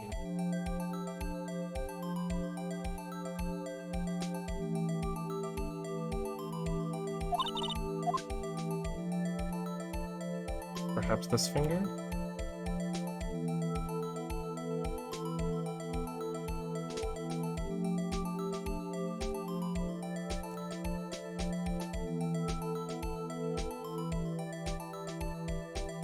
This is, interesting, I suppose. Be like a big area. Ah, there we go. Oh, you did it. You found one. But something like a fingerprint. Well, I should mention it. I guess it doesn't. What does it mean? I think it means you're out of luck. No luck. Guess what? This handprint must have worn gloves. Don't tell me we're wasting our time here. Hey, calm down. It's just the way it goes sometimes with scientific investigations. But it does seem a shame. While we're at it, why don't we look for other prints? Other prints? I have to lock our door again closely. Oh yeah. Seems like there are fingerprints outside the bloody handprint as well. See if you can find a clear print. Fingerprints outside the blood. Yeah, right here. Alright, now I understand. It's a very big area. I thought it was gonna be like a small thing. No, it's a big area. There we go.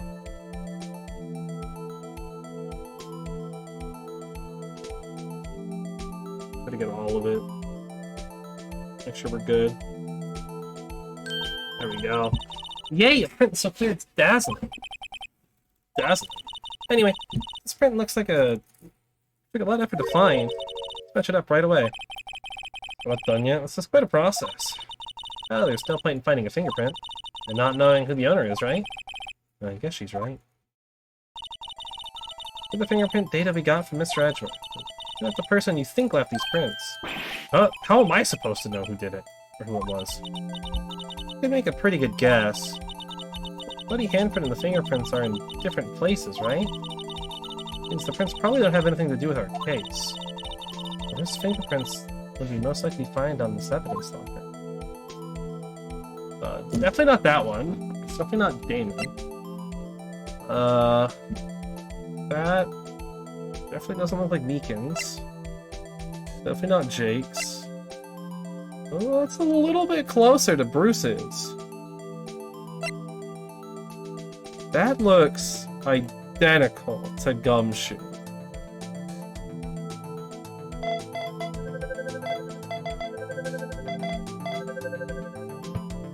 Comparison complete.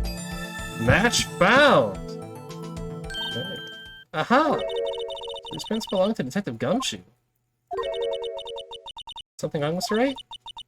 Gave me this so what look. Guess that's probably because I was thinking, so what? Okay, so we came up with nothing this time. It's always next time. Sometimes you hit, sometimes you miss. Guess they never miss, huh? Gotta roll with the punches, Mr. Wright. Thanks for the sympathy. Wait, if I remember correctly, there was one other handprint in the room. Check it out. There was. It was over here. On this locker. This is where we got the luminal fluid reaction, right? Right, there is a handprint there. Okay, wanna try using this? I'm gonna go for my sparkling again. Yeah, let's check it for prints. Let's check for prints. That's the spirit. Oh, but I have to warn you about something first. What? area with blood was wiped away, right? We ended up finding it using the chemical means. Any prints in that area will have been wiped away too. Oh, right. So that means no prints. So the probability of your hypothesis is high? Don't ask me. Anyway, we must try to find the prints that weren't wiped away. It's the only ones left by the bloody hand.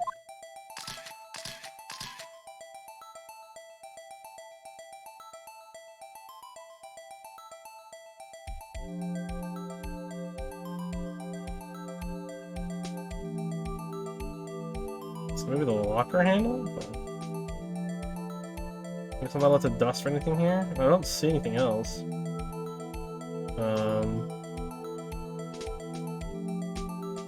I'm sorry. What?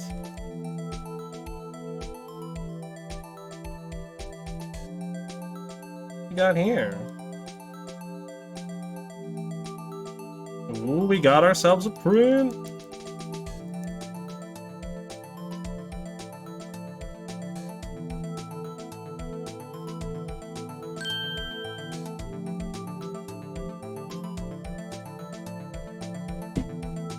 Ooh, that doesn't look that far off, honestly. Not quite. That, however, looks almost identical. We'll compare Jake Marshall. So that must be Jake Marshall's locker then. Yeah.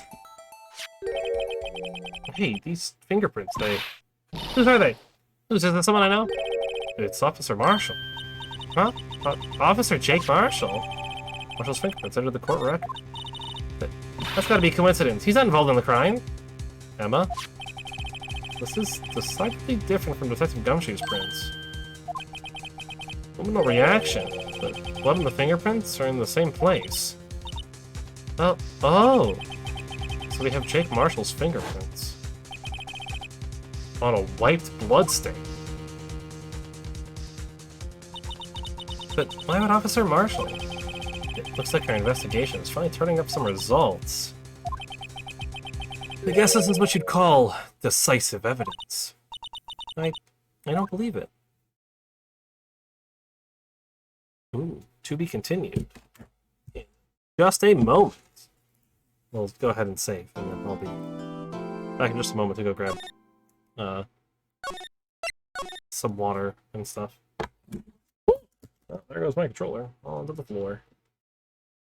Alright, well, I will be right back momentarily.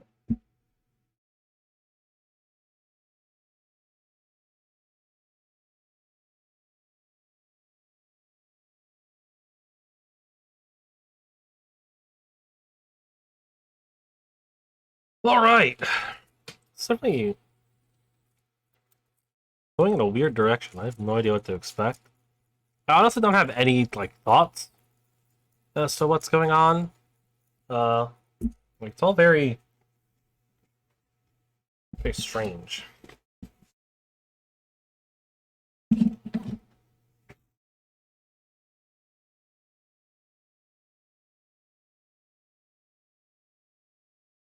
Let's see. One moment, sorry. I'm trying to turn on a fan. Doesn't want to turn on. I don't know if it's just broke or plug.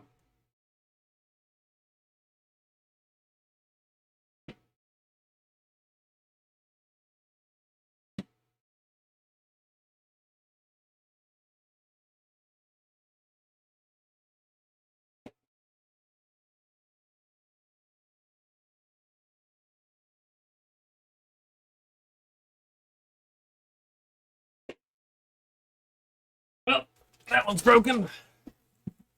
More than likely. So it seems like it's broken, so that's unfortunate. But let's get back into it. Let's get back into the attorney. It's just very morning here, I know. Which actually. Wait. Whatever. October 24th, 9:41 a.m. District Court, Defendant Lobby number 2. Dang it. Stuff keeps falling off my desk. And I don't much appreciate it. So, what do you think, Mr. Wright? Well, I think the prosecution is as confused as we are. After all, the victim was murdered in 2 different places at the same time. And a different suspect was arrested at each of the crime scenes. Lana? Good morning, Mr. Wright.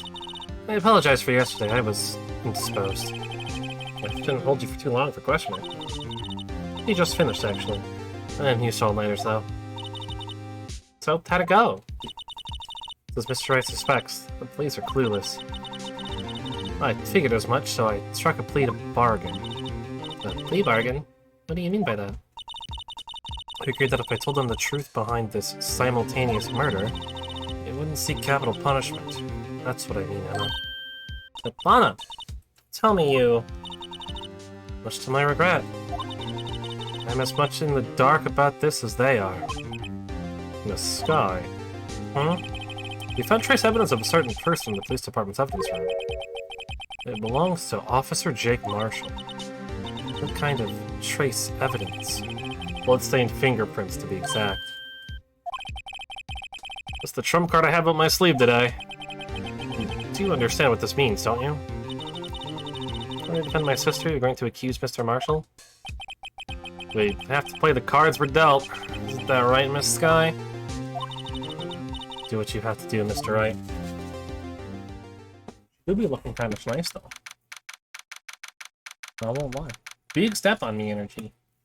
February 24th, 10 a.m., District Court, courtroom number 9. Not that that has anything to do with this case, but, you know, just an observation. Court is now in session for the trial of Miss Lana Sky.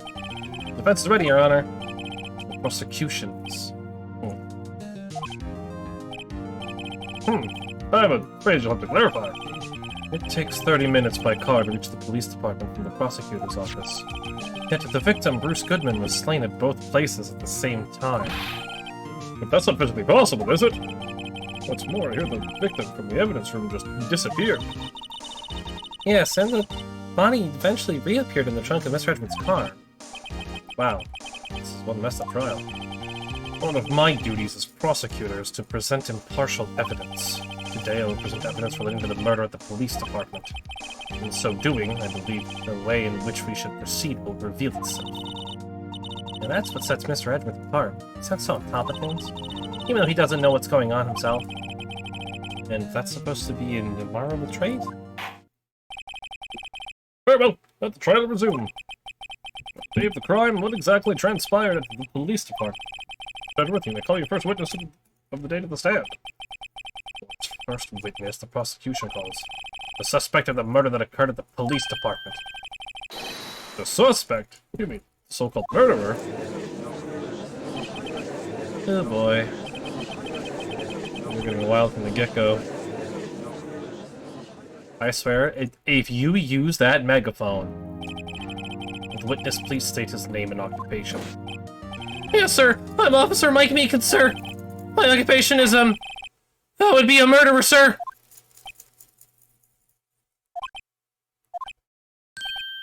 So you're telling us you're a professional killer? Sir, it was me, sir. I'm the one who did it. I'll never kill anyone again, sir. You've got to believe me, sir. Actually, what we'd like to hear from you is... Sir, how about you would call part of the younger generation, sir? A person whose actions adults can't possibly comprehend. Please, Mr. Edwards, sir. Help me, sir. Officer Meekins. Yes, sir. Give us your report of the crime. Consider that an order. Yes, sir. As you wish. After all, I am part of the generation that must be told what to do, sir. Why you gotta say it like that? like what? For why? Why does he have a megaphone in a courtroom? Second, why do you have to say it like that? After all, I'm part of a generation that must be told what to do, sir? Like, come on, man. That's not a thing. Who wrote this game, huh? What, a bunch of boomers write this, huh? Making fun of millennials? You can fault him for his lack of enthusiasm. I mean, no, but I can fault what he's saying. Don't defend this man, right? I don't want to defend. I mean, he did come and say his profession is murderer. Although it's not my normal duty, I was assigned to guard the evidence room that day. I spotted a suspicious man on the security screen and rushed into the room. I was only doing what I was trying to do, sir. I was suddenly attacked. I fought for my life, then I did it!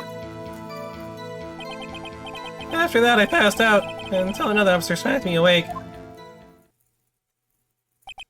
So the victim, Detective Goodman, attacked you. Do unto others I'm sorry. My brain turned off. Do unto others before they do unto you! That's the Meekins family motto, sir! I see. Then you fainted and a colleague helped you regain consciousness? Yes, sir! You knocked me upside the head, sir! Very well. The defense may begin its cross-examination. I need to hear more. What I need to hear is more info to work with. Crime report, sir! Of course it's called crime reports. Alright. Mr. Meekins, you work in the General Affairs Department, do you not? Yes, sir! I am in charge of hiring new recruits, sir! Nice. There's a scary thought. Evidence transferal was taking place on the day of the crime, which meant many officers were given special tasks not ordinarily performed. I was in charge of guarding the Blue Badger, sir! The Blue Badger? Yes, sir! The lovely police mascot created by the Chief of Detectives, sir! I still want to know how this thing plays into the case. It was to ensure it wasn't broken during the transferal process! That was my sole mission for the day, sir! I see. Sounds like a very, important mission. After the award ceremony finished that day, there were so many people running around. But I relocated the Blue Badger to the evidence room. Oh, so that's why you went to the evidence room. Tell us, what did you see when you got there? Suspicious man. In order to enter the evidence room, you need an ID card, am I correct? Precisely, sir. I have one right here around my neck. So then, your ID number should be listed on here, right?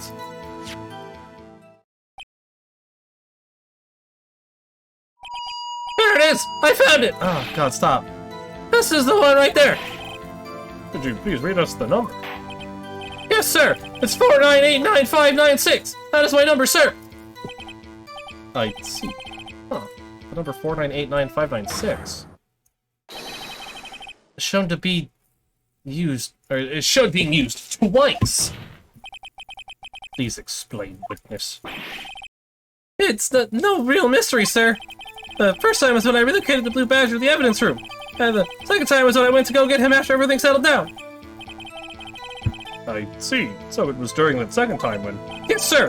That was when I spotted the man on the security camera. Nina entered the ID card record. I'm doing what I was trained to do, sir? So you were attacked. Can you please tell us exactly what happened to you? It was a knife, sir! Knife! Detective Goodman pulled the knife... Oh, I'm sorry. Detective Goodman pulled the knife on you. What happened to that? Well, with me charging in on him like that, he looked as surprised as I was. Not exactly the kind of person someone would want to run into. That's when I reacted, sir. I swung my arms like an octopus, struggling to detain him. That's how Like an octopus. That's how I got this gash on my hand. Maybe you just kept your cool and your hand wouldn't be... And I saw the blood trickling down my arm. I panicked. I grabbed the man by his collar. What exactly do you mean when you say you did it? I know I don't look tight, but I'm really into kung fu films, sir. Of course you are. I let his guard down for just an instant, so I snatched his knife from him. You took his knife? I spun him around and performed a disarming maneuver. I made sure to close my eyes like a man. See. You must have been desperate. Next thing I knew, his white coat was drenched in a sea of my blood, and then the next thing I knew, Yes? he punched me right in the face, sir. You look like kind of guy that gets punched in the face a lot. Close my eyes like a man. Oh, Meekins is great. If only his megaphone didn't sound so terrible. But what time did you regain consciousness? No offense, sir. How am I supposed to know that? I was unconscious. Oh, right. According to the report from the officer that woke up the witness, it was about 5:30. He hit me right in the head, too. I I woke up crying tears of pain. That's nice. I mean, it's nice that you recovered, that is. When it came around, though, I made sure to finish my mission, sir. Your mission? Yes, sir. Blue Badger, sir. I returned to the entrance before things got out of hand. Well, we can all rest easy now. I believe we now have a fairly accurate picture of what happened. Yes, Your Honor. One thing remains unclear. The man this officer murdered really the victim? It's got a point. Yes, Officer Meekins? With regard to that, sir, take a look at this. It was sent to my jail cell. Chief Gant delivered it to me this morning, sir. The Chief? Delivered it? What is this? A videotape? Yes, sir! That's absolutely right, sir. A videotape, sir. Extends footage from the security camera in the evidence room. What? But I specifically asked if there was such a tape, and was told it had been mistakenly erased. That's quite a mistake. I just do what I'm told, sir. It's the only thing I'm really good at. Looks like the communication with the police department is as good as ever. Well then, let's have a look. Show us the video of you murdering the victim. Oh, please stop using that word, murder, sir. It scares me. A video of a real murder?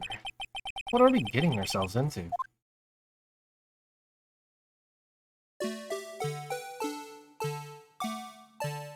Look at the blue badger.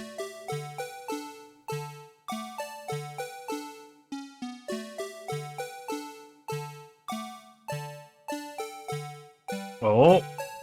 Alright, that's good, man.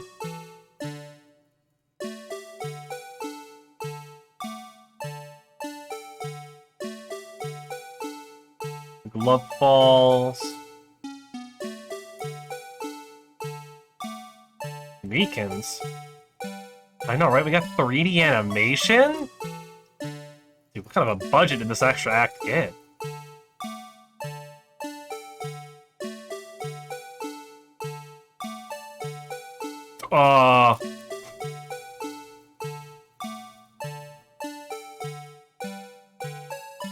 Do you think this camera would be a little bit better at what it does?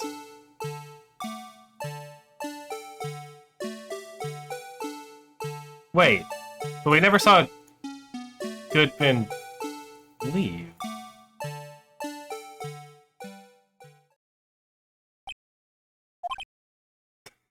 That's how I feel, Edgeworth. Well, I believe we're all thinking the same thing. How can we deal with these unsettling feelings stirred within us? What the hell was that wriggling piece of plywood? Sir, that is the pride and joy of the entire Criminal Affairs Department, sir! It's the Blue Badger, sir! Why am I not surprised this isn't going smoothly? Security video added to the court record. The security camera placed in the evidence room. Yes, well, anyway, this tape seems to prove that the witness did indeed encounter, someone. In the evidence room, and some sort of activity did take place. Your Honor, instead of relying on clearly incomplete footage, the witness testimony will suffice. Is that all right with you, Officer Meekins? Yes, sir! As you wish, sir! Yeah, boss him around. He already says all it does is follow orders. His face can't be clearly seen in the video, but there's no question that the other person was Detective Goodman, sir. I mean, he opened the locker which required Detective Goodman's fingerprints to do. Locker he opened is unquestionably Detective Goodman's locker, sir. So it must be him. No one else could have unlocked it. That's a point. This is about a fingerprint. Each detective has been given a locker equipped with fingerprint-activated lock. These locks ensure that each locker can only be opened by the detective it belongs to. Intriguing. That would mean the victim at the crime scene would have had to be Detective Goodman. Very well. The defense may begin its cross-examination. I don't know where this cross-examination will lead. Everything begins with contradictions. That's where I have to start. Mystery Man. Well, it's not Mystery Man, sir. Look at his face. Like such a doofus. I mean, we're able to get a good look at him. The face of the man who attacked you with a knife? Sir, if you must label people as having seen or not seen the man's face, I believe I would be classified as the latter. The latter? But you were standing right in front of him, were you not? More to the point, you were the person who fought him, aren't you? Oh, yes, sir, but I didn't get a clear look at his face, sir. I'm not the kind of guy who looks directly at people when talking with them, you see. Okay, I'm not either. Yeah, that's a good trait for a police officer. No, I'm sure it was him! I bet my badge on it! Oh, question of the other person was something Goodman, sir. But you don't know that for sure, do you? You never actually saw Detective Goodman's face. Well, I suppose you might say that. That is, you must label people as having seen or not seen it. His face can't be identified in the video, only you can verify it. Why is everyone looking at me? If I had to label your stares as disturbing or... Meekins. Yeah. Having been shown a questionable video at best, we are not in the best of moods. But please be more certain when you testify. Yes, sir. You claimed the man who brandished a knife on you was Bruce Goodman. Tell us why you were positive it was him. In the locker, it's part of Goodman's fingerprint. What are these lockers? Is there no other way to open them? No, sir. I myself tried all kinds of methods in the past. They only respond to registered fingerprints, sir. I wonder what kind of methods he's tried. The man opened the locker's lock. Only responds to its registered fingerprints. Then he must be the person the locker was assigned to. That's exactly my point, sir. And this too. Unquestionably. How do you know that information? I've heard rumors, sir, from people in the know, sir. People in the know? The workers in the department cafeteria, sir. They keep me informed. They also listen to my romantic troubles, sir. I bet you have a lot of them. For the record, the opened locker did indeed belong to Detective Goodman. I've verified this information through a more reliable source. The victim opened the locker with his own fingerprint. So it must be him. However, the most important detail not shown in this video is the man's face. Sir! May I say something, sir? Please do. After all, you are the one being examined. I don't understand why the man's face is so important in this case, sir. I mean, it was his hand that opened the fingerprint lock. And it was his hand that tried to thrust his knife into my body, sir. My unsettled state can testify enough to this, sir. Yes, you have a point. The footage doesn't lie. That is, unless the defense can find a problem with it. Mr. Wright, let's check the court record again. Is there a problem with the security video? There's gotta be, right? I don't know what. Part of the video contained on this tape. There is one thing in particular that seems rather strange. Strange? This contradiction leads to the possibility that the man may not have been Detective Goodman. What? Could contain such a contradiction. Interesting. Your Honor, I have a proposal. Yes, Mr. Edworth?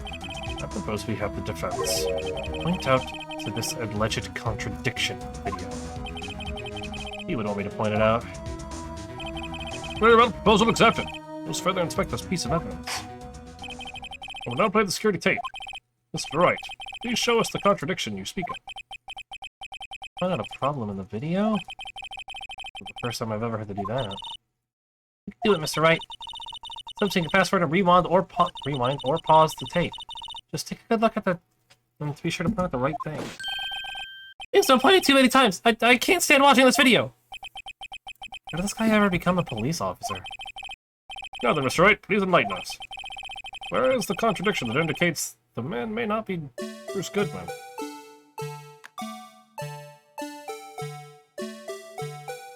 Well, there he is.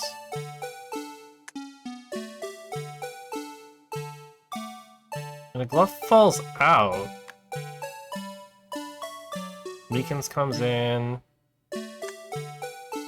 slashes at him. He's a green dude. Right? And then he's just gone.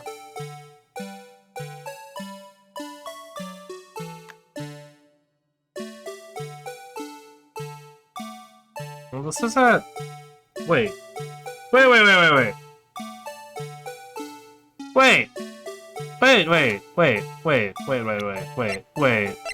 Wait a second. Am I dumb?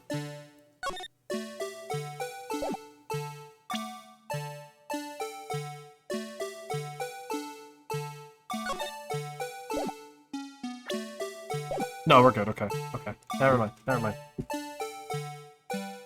Everything's okay. Oh, yeah, I should probably play there. Definitely Detective Goodman's out.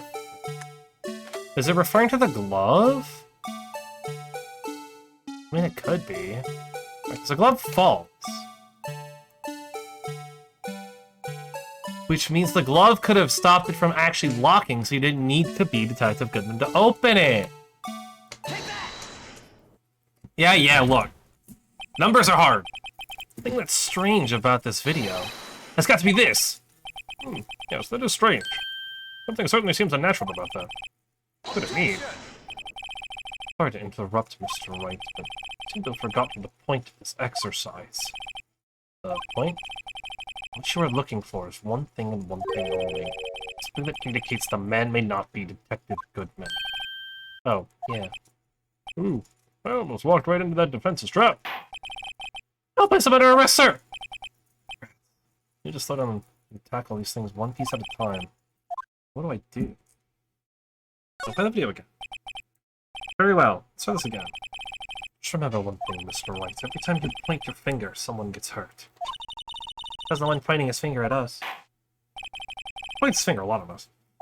Let's secure the tape, Mr. Wright. Please show us the contradiction you speak of. You can do it. Because I've played too many times.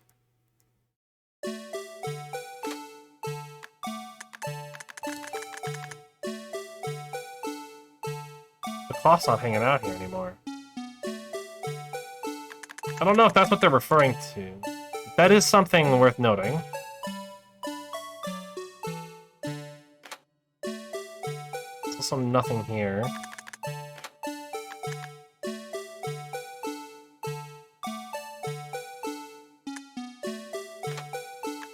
Go frame by frame, yeah. So the glove falls out. Goodman opens the locker.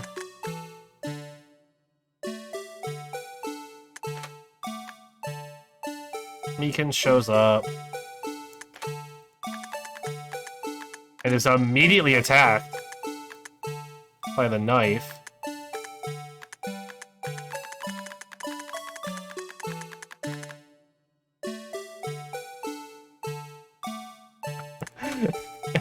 The fact that the blue badger managed to cover his face during that entire kerfuffle is hilarious. And then there's Meekins on the floor. And now that's there! Hold up. This locker. The thing that's strange about the video would have to be, this. Hold on a second, I need to use my eye drops. Well, I don't get it. Would you mind if I borrowed your eye medicine? I always get too teary, perhaps you should think this through again, huh? Okay. So I should grab the...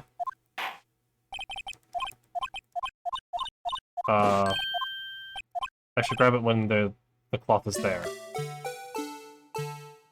That would make sense, that it's weird that the cloth would be there now.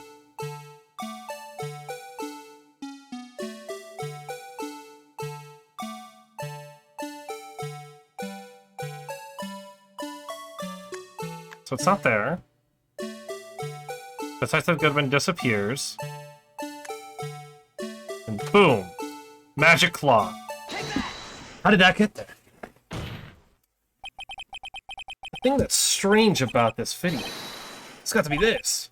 Oh, yes, that is strange. Things certainly seems unnatural about that. What could it mean?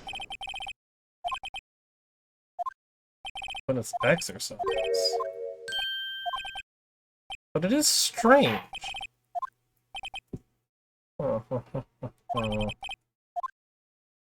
Let's try one more time. What else?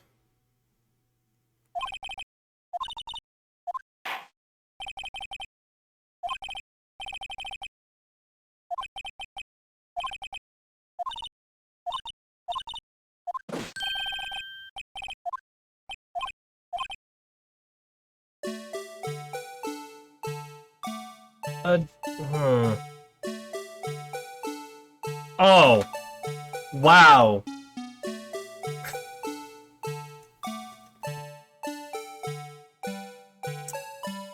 I'm just gonna pause here for a moment. It's pretty obvious now that I'm looking at it.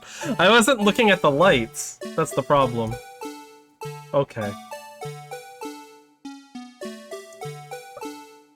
Look, I was focused on other things. I was focused on the lights. That makes a lot of sense.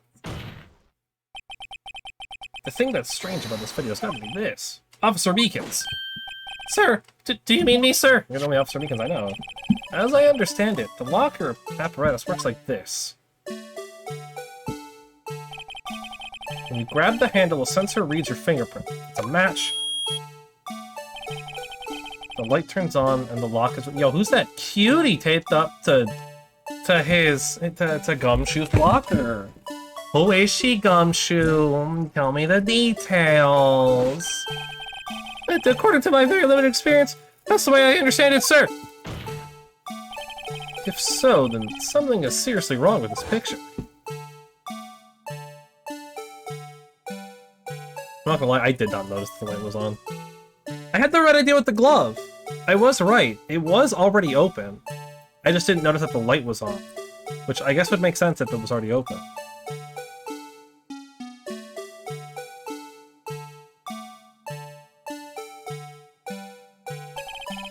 The victim reaches for the handle to open the locker. Let's rewind to a little earlier. Oh god, this will take forever.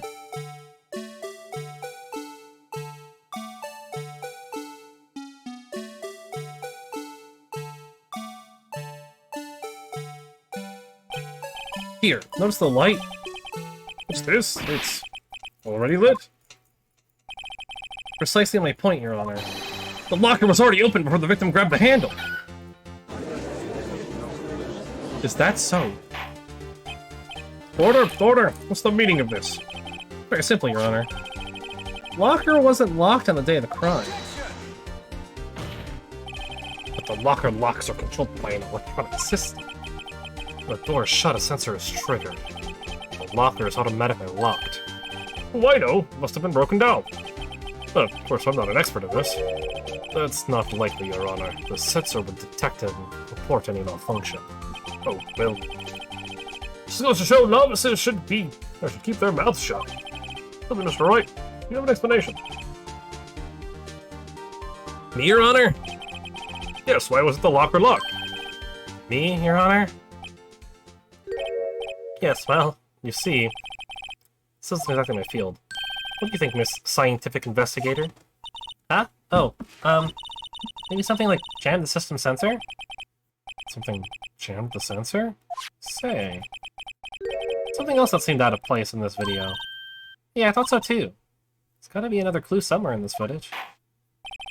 Very well, let's inspect the video once more. The locker wasn't locked, Mr. Wright. Please point out the cause for this. There we go.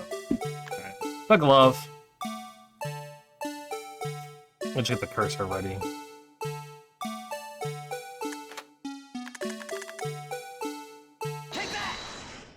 I pointed this out earlier for the exact reason. Please watch closely. This is a continuation of the part I showed you earlier. So I had the right idea, just did it in the wrong order. That's okay.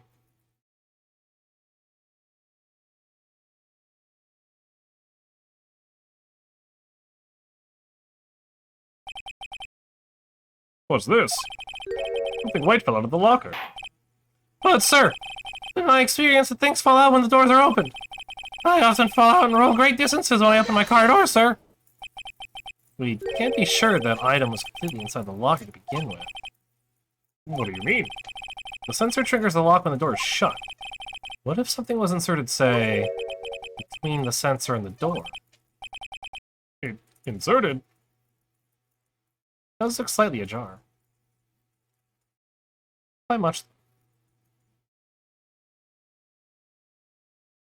But that might just be a trick of the eye. Or the fact that that one actually needs to be animated. This white thing wasn't inside the locker. It was stuck between the door and the sensor. Oh, I understand now, sir. That's just like my tie. Two to three times I get stuck in the door when I get out of my patrol vehicle, sir. And instead of the door closing, my tie chokes me. But the object would have to have been extremely thin to fit in the door. Not only that, it would also have to block electrical currents. It would need to be an insulator. Yes, an insulator. But a crime scene. It just might have been something that fits the description. But, sir, insulator, you don't mean... I think I finally got this figured out. Very well. Will the defense please present the relevant evidence? It was this insulator that was stuck in the door. Why, it was a rubber glove. Found this near the locker, a thin rubber glove. Look, we can't be sure that was in the victim's locker. It has a tag that says SL9 incident. The video seems to depict the victim opening the locker. But that isn't the case. The lit lamp is attests to this. On the date of crime, even I could have opened that locker. Is this not so, Officer Meekins? Sir, it would appear so, sir. Order, order, order. So are we to believe then that the victim, the witness stabbed in the evidence room, is not Detective Goodman? Do not be misled, Your Honor. What do you mean, Mr. Edgeworth? The defense has merely demonstrated the possibility and nothing more. The victim in the video was indeed Bruce Goodman. The prosecution will offer one more testimony to prove this. What? Officer Meekins, please testify about this. Sir, me, sir? I'm not sure what you're referring to, sir. Oh, you mean that, sir? Of course, sir. Is this a joke? Very well, begin your testimony. Mystery Man 2. That's one other thing that proves the man was Detective Gumshoe, sir, or Goodman, sir, not Gumshoe. He's alive and well. In the evidence room, one must use their ID card.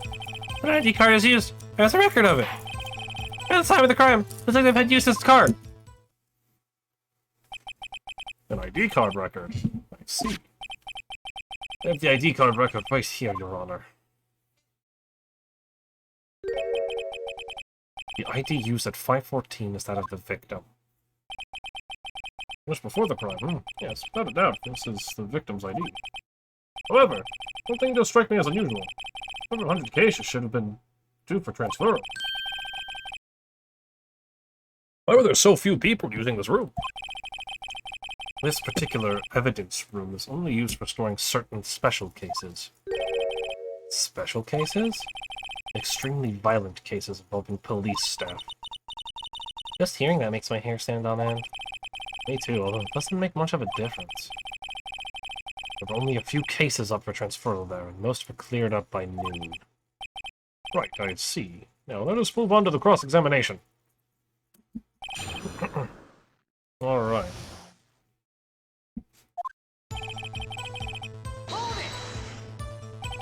So unlike your earlier testimony, you believe this to be rock solid, do you? Yes, sir. Solid as a stone, sir. If my hand wasn't wrapped in this bandage...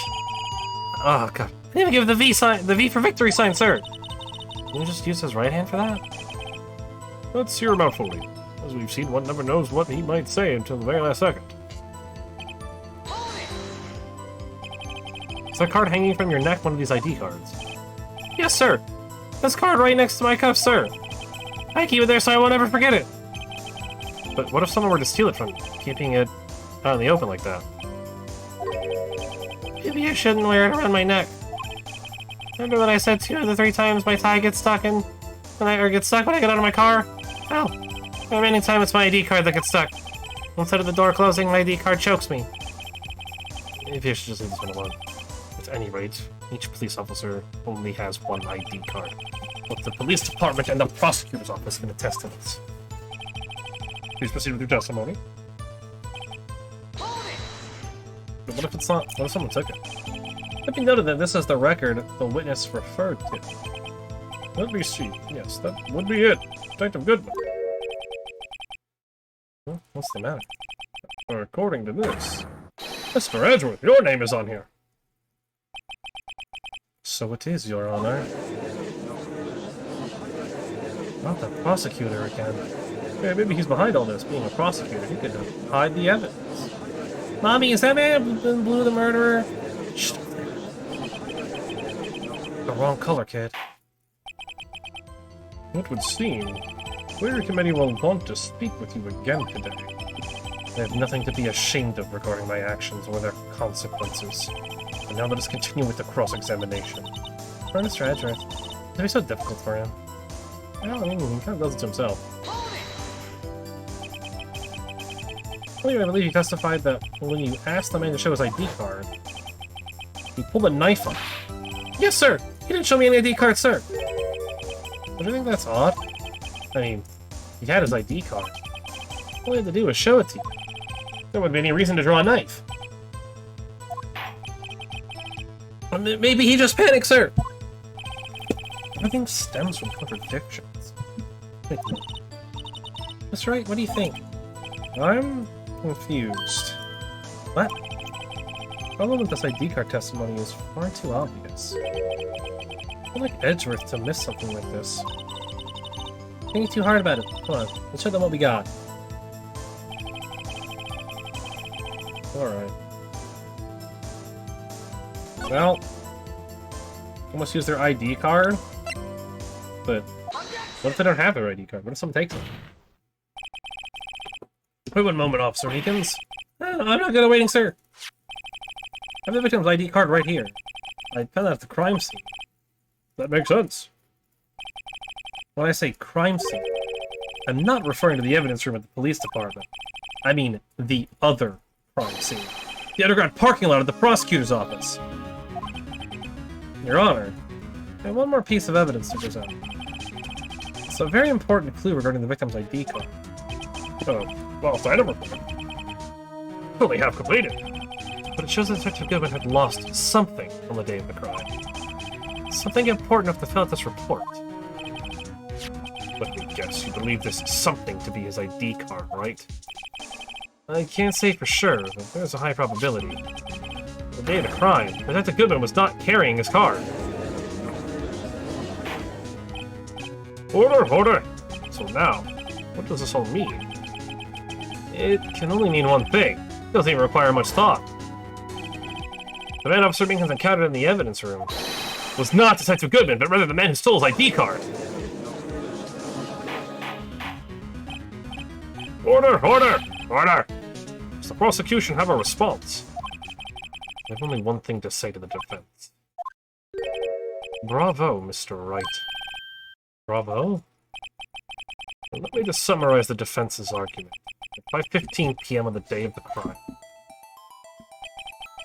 the man in the evidence room Officer Meekins encountered was not Detective Goodman. There are two grounds to support this. First, the locker in the evidence room was already unlocked. Second, the victim lost his ID card. Am I correct so far, Mr. Wright? Yeah. What is he up to? That being the case, we must inevitably arrive at a single conclusion. If the victim in this video is a fake, and the murderer in the evidence room is also fake. In other words, the security camera does not show the instant of the murder. That is... I guess that's right. Something wrong, Mr. Wright. Moments ago, you seemed content to be pointing your finger around. It's gonna end well. Well. Seems you finally realized exactly what you've gone to such lengths to prove. Hey, explain yourself, Mr. Edgeworth. The defense has already done the explaining for me. The victim in the video is a fake. It means a murder did not take place. The police department at 5:15 on the day of the crime. So the real crime could only take place at one location, the underground parking lot, at the prosecutor's office. The murderer being Miss Lana Skye, the defendant. The evidence is compelling. A trustworthy witness observed the moment the defendant used the murder weapon. Ah!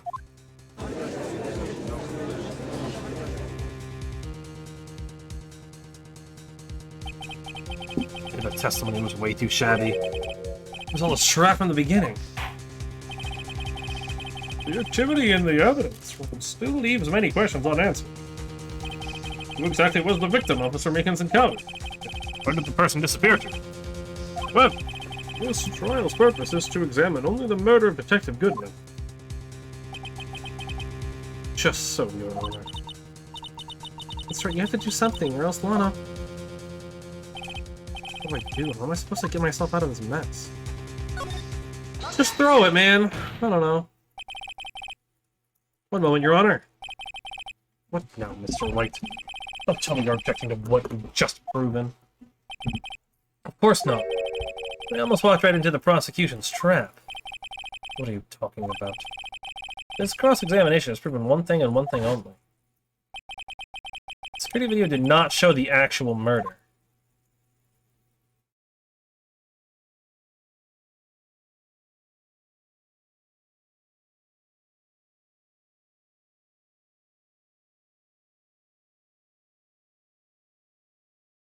This is true. There was no murder here.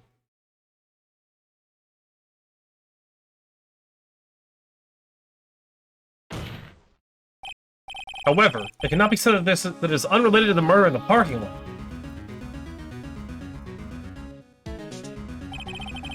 Specifically, large amounts of blood traces were found in the evidence room. The defense demands further examination into the truth of this matter. Mr. Edgeworth? Yes, Your Honor. If this court were to examine this further, other witnesses will be necessary. Is the prosecution prepared? I'm sorry, Your Honor. The prosecution considered the incident of the police department to be unrelated. We have not prepared any other witnesses for this incident. This just might be my chance. Time to call a certain Texas Ranger to the stand. Mr. Wright? Do you mean... Your Honor, the defense would like to request a specific witness.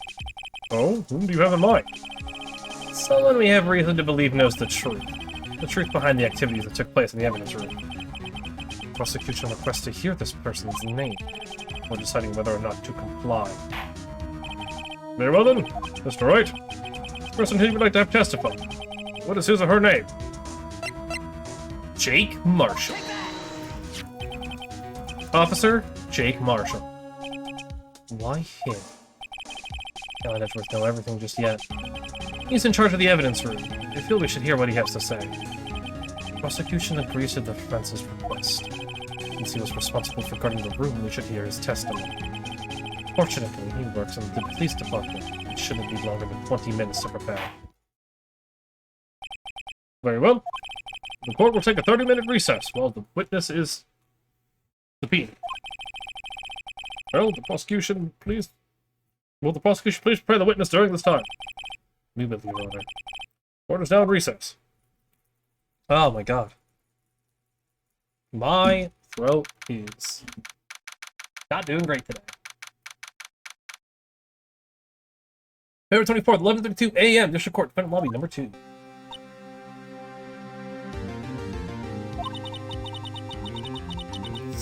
There's no stopping you, is there, Mr. Wright?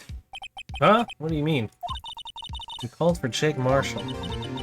It seems you figured everything out. Haven't figured anything out. Lana? Someone who knows everything.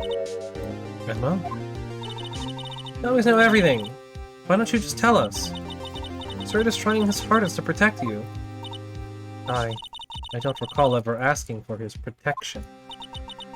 How can you be so cold? Don't you trust us? Don't you trust me? Oh, I'm not interrupting anything, pals. Oh, yes I am. I'll come back later. Wait, Detective Gumshoe? What is it? Got a lot of nerve, pal, making a detective run all around while I'm on duty. Top it off, you call me here. I've seen happier people at funerals. Sorry, Detective. You better be, pal. Hey! Hey! Hey! Hey! Hey!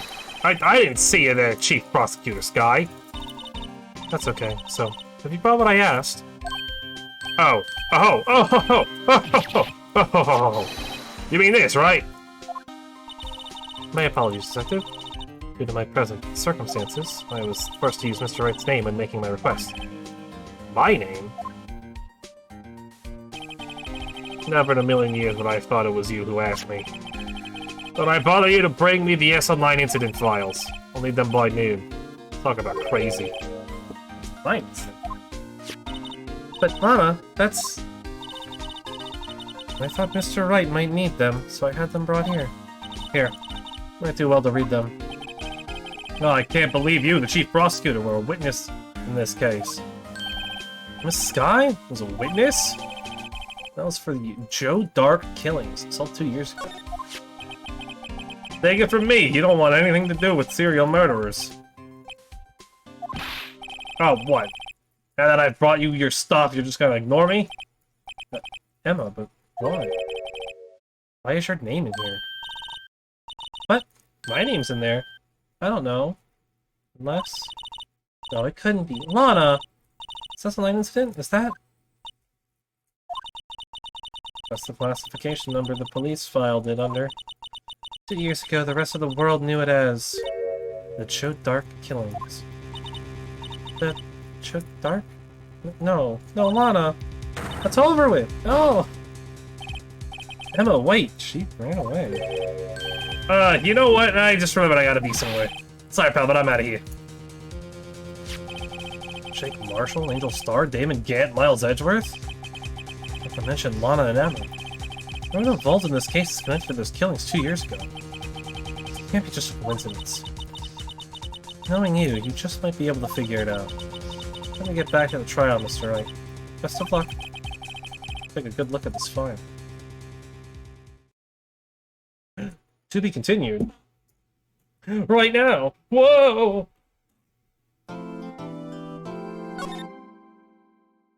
Yeah, we're definitely gonna have a whole other day of this. We'll be finishing this tomorrow for sure. February 24th, 12:14 p.m. District Court, courtroom number 9. The court will now reconvene for the trial of Miss Lana Sky. We can come back. Allow me to call the next witness to the stand. The officer in charge of guarding the evidence room on the day of the crime. Oh, look at this boy. Witness, please state your name and occupation. Me, partner? No, I'm just a man, same as you, wandering the trails of civilization. Occasionally helping the ugly across intersections when needed, yes, we get it. Oh, I know, we're a patrolman. As for my name, if you listen hard enough, you can hear the howling wind calling it out. To be exact, it's Jake Marshall, Your Honor. Howling wind? I've never heard anyone describe that way before. Shut up. Yeah, of course he is! He's a real, true, bona fide Texan cowboy. That's not from Texas. Now, Mr. Marshall, let me ask you something. You're in charge of guarding the evidence room on the day of the crime took place. Was this correct? According to the papers, partner. What do you mean? A desperado's soul is as boundless as the desert sands. No paper can sum it up. Maybe it's best we get on with this quickly. Please share with us your testimony on the day of the crime. In plain old English.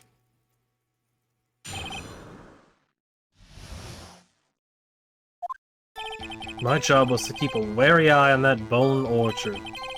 They said I was supposed to make rounds 3 times a day. That ain't my style. Besides, the room's protected by 2 security systems anyway. If I remember right, I was at a street-side saloon at the time it went down. I'm just an innocent traveling man, so if you're out of ammo, it's time I hit the trail. I can't say I particularly care for your attitude. I can't say I care for your beard, but you don't see me complaining. Wait a minute. What do you mean by 2 security systems? I mean the security cameras and the ID card reader. I reckon even a cowpoke like you knows about those. Yes, well, what about the fingerprint-activated locks in the evidence lockers? Fingerprint-activated locks? Newfangled doohickeys are those? He's not being very helpful. He's not that good with machines. Or with following orders. Everyone's got their weakness now, don't they, Mr. Prosecutor? This one seems like trouble. Okay, Mr. Wright, he's all yours. I don't know if I want him. Hey, the crime. You almost keep a wary eye on that old bone orchard? What exactly did you keep an eye on the evidence room? I just made sure nothing moved in the security camera monitor. That room's so still. Even time dies in there. I was just a caretaker for a caretaker who interred the recordings. You entered them? Videos of nothing aren't that useful. When the time would come, I'd erase the tape. Nothing unusual was recorded. Tapes are to be erased every 6 hours. Each time I'd erase the tape, it felt like I was erasing a part of my life. I'm gonna play for the dramatic, but it isn't gonna do him any good. So in actuality, you don't physically enter the evidence room?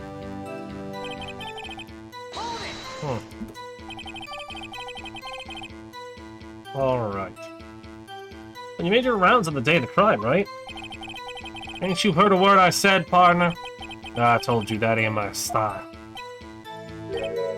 I'm afraid I don't understand. No desperado I know lets rules get in his way. No desperados I know join the police force. Well, so much on the day of the crime. Just between you and me, I didn't set foot in that evidence room on that day. There was a rubber glove stuck in the victim's locker. You know anything about that? Sorry, partner. Can't say I do. I haven't been in that crypt in weeks. How does this guy avoid being fired? Honestly, it's a great idea. Or a great compliment. You used to be a detective, so you've used the evidence room in the past, correct? Of course, back in the day, my locker was a gold mine of evidence. And yet, you didn't know about the fingerprint locking mechanism? Sorry, partner, I ain't good with machines. I couldn't even tell you how a bike works. That's quite incredible. The sensors on the locker handles cannot be seen. It's well known that some detectives are unaware of their presence. When he mentions it, Detective Gumshoe said something like that too.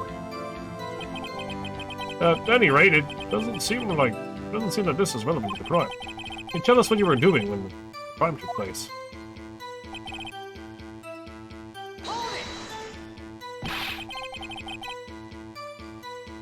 What are you doing in a place like that? I was eating spaghetti. Not even angel steak lunches can beat that parlor's vongole sepia pasta. You mean to tell us you abandoned your police duties to eat some noodles? Not all desperados eat tacos, partner. That's not what I meant. I hope this has at least taught you a lesson. That's strange. That's not usually what Edgewood says. Did you not want to raise this year?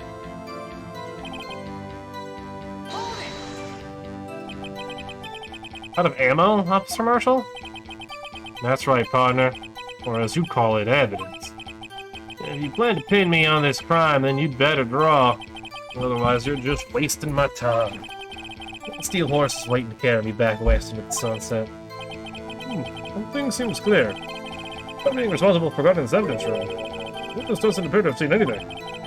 Texans don't take orders from anyone. Everyone knows that. Superiors don't. I have a trump card on my sleeve, so I'd best keep my cool. Before I use it, though, I'd better up the ante.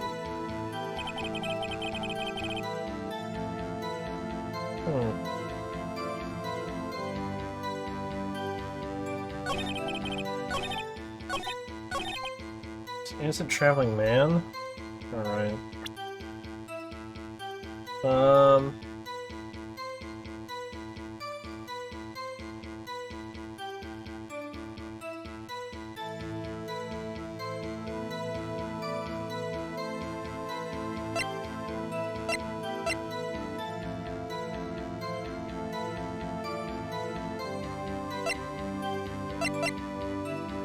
Maybe the tape? I don't know.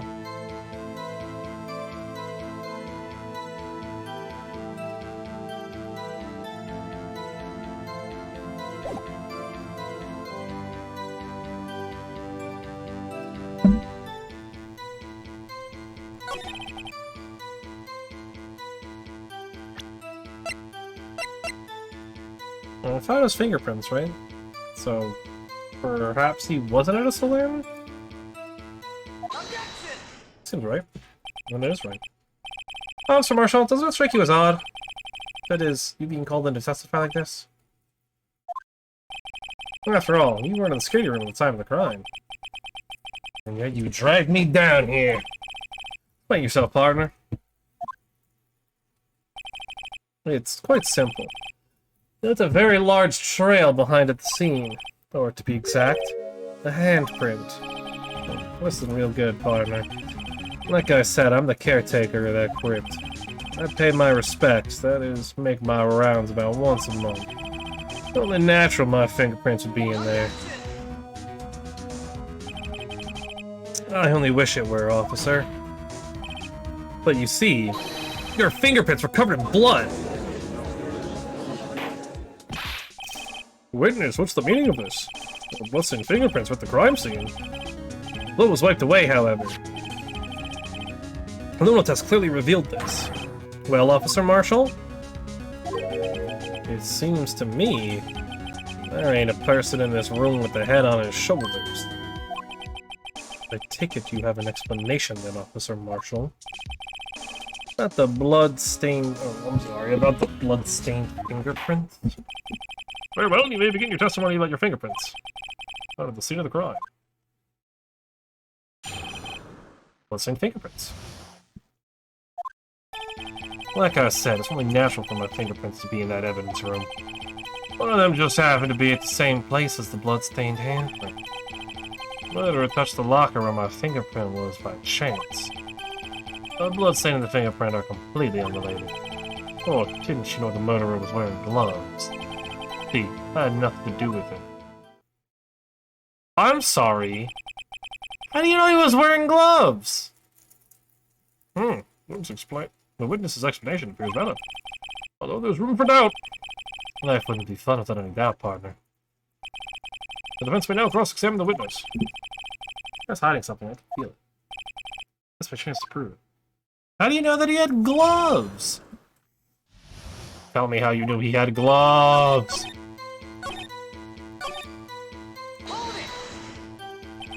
How do you know that? I may be a loner, but I still do my job. I keep up to the reports. All the reports. There's a bloodstain at the scene. Oh, to be left by the murderer. That's right. It's found in the Detective Gumshoe's locker. However, no fingerprints were detected on that handprint. Oh yeah, I think we tried that too.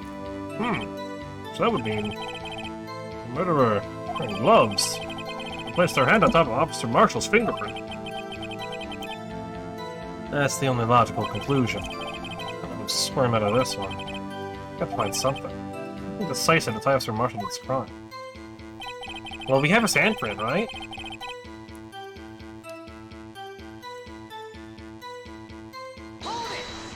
I guess, yeah, what? Because how did you put it? Pay your respects once a month? Yeah, that's right. Add in one more thing. That locker happens to be mine. What? What do you mean? I mean what I said. That's the locker I used when I was a detective. The locker I still use. All that's in there now, though, is a heap of broken dreams. I see. It'd be strange if my prints weren't all over that locker. His fingerprint data was never removed from that locker's program. He must have been using the fingerprint lock all this time without ever knowing. Marshall's fingerprints updated in the court record. So Marshall's own locker. Are you starting to get the picture, partner? The picture? This seal of blood. In the desert, it's just food for the buzzards. There's only one reality, and that's this. The security tape. So long as my trial isn't in there, the trail isn't in there, you can't say otherwise.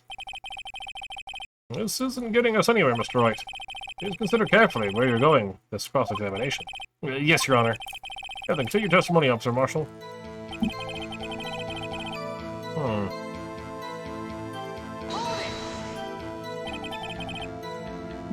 What do you mean by that? You want to tie me to this crime, isn't that right, partner? If so, that video is the only direct evidence you have. But that video is next to useless. It's full of blind spots. Blind spots? Places you can't see. The camera's panning back and forth. The floor isn't shown. If someone was familiar with the camera's position, they could leave the room without being caught on tape. We don't have time for your speculations, Mr. Wright. Oh, Mr. Wright, you can show us evidence in this video that indicates Officer Marshall is present. Please do so now. I think I can. I assume... Allow me to point out your mistake, Officer Marshall. Tread carefully, Mr. Wright, or you might wind up being the one making the mistake. Now then, let's have another look at the video. Show us this incriminating evidence of the witness. Officer Jake Marshall. Maybe the, thing sticking out. I knew it was weird that that was sticking out at the end. But I noticed that when I did. Oh, here's Beacons. Oh! When they fight, he gets, like, super beat up. Dude disappears, and boom! What's this? A cloth?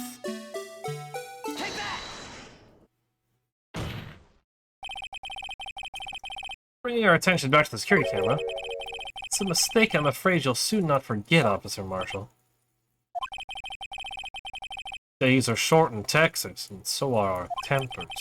Some of what you have to say in 8 words or less. Very well. You can clearly be seen in this video. Exactly 8 words. Not bad, partner. The key, rather than a certain locker shown in the video.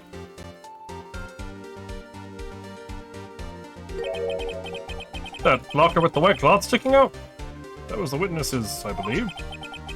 Now then, let's rewind the video a bit. Yeah, we got it.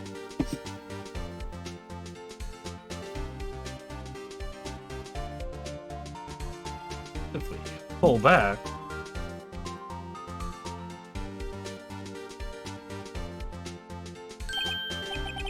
Oh, the white cloth is gone!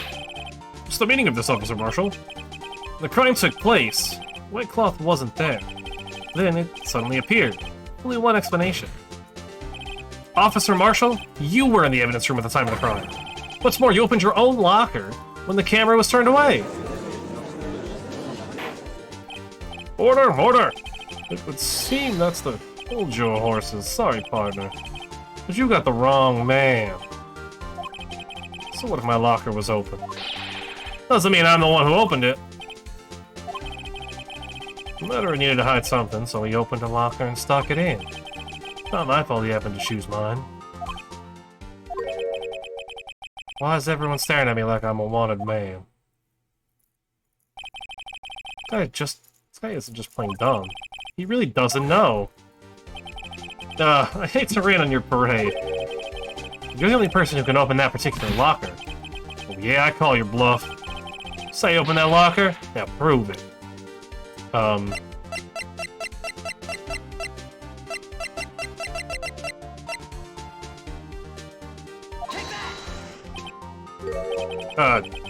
Fingerprint sensor? We talked about this earlier today. The lockers can only be opened by the detectives they belong to. But what kind of crazy talk is this? Well, Detective Gumshoe did mention something about this.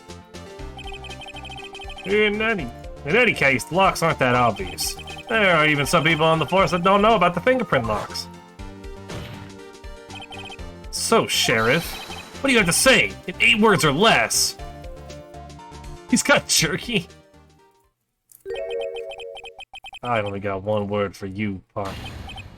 No! Alright. Order, order! Order, witness! Explain yourself! This is a joke. It's the worst I've ever heard. I assure you this is no joke, Officer Marshall. Now then, please tell us what you were doing in the evidence room at the time of the crime. Olay, please answer the question. Was he now a bullfighter? That's alright, Officer Marshall. I believe we can figure the rest out from here. We can? Look at these floor plans. There's no place for someone to hide in the evidence room. Yet, Officer Meekins didn't see Officer Marshall. If that's so, then where was the witness? It seems Mr. White has an answer. That's right. A possible conclusion. Well then, let's hear it. Where was Officer Marshall at the time of the crime? At the locker. Officer Marshall was sitting right here. There, but that's where the victim, Detective Goodman, was. Correct. Unless the man wasn't Detective Goodman. I believe the victim in the video is Officer Marshall. It was you, dressed up like Detective Goodman. But that's preposterous. Officer Meekins witnessed the detective at the crime scene. Once he saw the man's face, he'd know for sure. May I point out, though, that Officer Meekins did not know Detective Goodman. He has testified about the man's reaction when confronted. When I entered the evidence room, I asked him to show his card, sir. Yes, and how did Detective Goodman respond? He suddenly pulled a knife on me. Something about the officer's story puzzled me. The man had his ID card. Why didn't he just show it? You see, he wouldn't have needed it to enter the evidence room, so he must have been carrying it. The answer is simple. He couldn't show it. As you can see, Detective Goodman's picture is on this ID card. Oh, I get it. If he showed that, his cover would have been blown. Officer Meekins would have realized the man wasn't Detective Goodman. Do you have anything to say for this, Officer Marshall? You've got quite an imagination, partner. You got a term for that. It's called circumstantial evidence. Circumstantial evidence? He's still denying it. You're gonna have to do better than that to break a detective. Unless you have hard evidence proving I dressed up as the victim. I can't say I particularly care for your uncooperative disposition. I can't say I care for your beard, but you don't see me complaining. But Mr. Wright, do you have any evidence proving beyond a shadow of doubt that Officer Marshall dressed up as the victim? Well, who am I kidding? I don't have anything like that.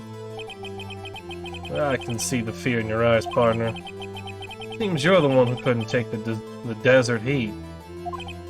This can't be happening.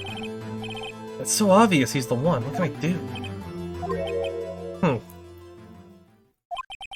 It looks like your lack of experience has finally been exposed. I'll pass on to you what someone told me when I was just starting out. You run into a wall with no place to go, return to the basics. The basics? To me, that would be what Mia used to tell me. Phoenix, try thinking outside of the box. I shouldn't look for proof that Officer Marshall wasn't in disguise. But rather, I should look for evidence that came about because he was in disguise. Why do you think this locker was opened in the first place? What do you mean? There's no reason for There's no reason for Officer Marshall to open his locker at the time of the crime. Yet he did, despite the chance it might be discovered later, as it has been. Because he didn't originally plan to open his locker. According to the defense's argument, Officer Jake Marshall dressed up as Detective Goodman at the time of the crime, and after the crime was committed, he opened his own locker for some unknown reason. The fact that a white cloth is sticking out of the locker seems to indicate that. Only in order to put the cloth inside. So, what exactly is this piece of cloth? Perhaps the video is the key to all our unanswered questions. I don't have any evidence, so this video is my only shot. Very well, let's take yet another look at the security tape. During the crime, the witness opened the locker and put away the white cloth. Please show us why the witness had to open his locker. I'm not quite sure.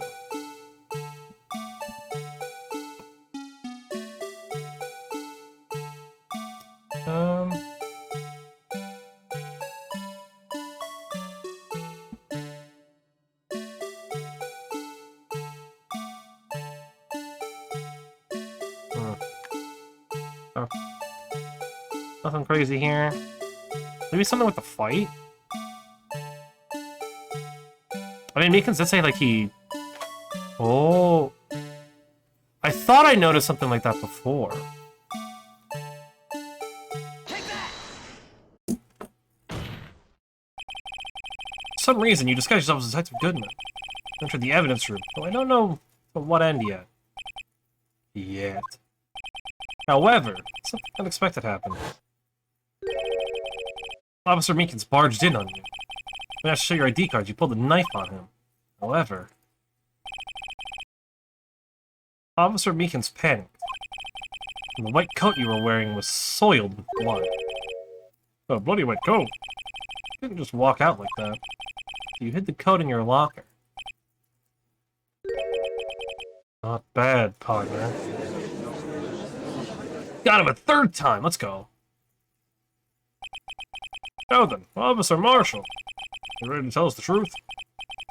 Looks like I underestimated you all. I hope you're happy now, Mr. Edgeworth. 2 years ago, you were only half as persistent then as you are today. We all wouldn't have to be here now would we? No, he didn't make fun of the judge's beard again, but we did get him again. We caught him. Caught his lies. Officer Marshall, tell the court what you did. All of it. Alright. Seems the time has come.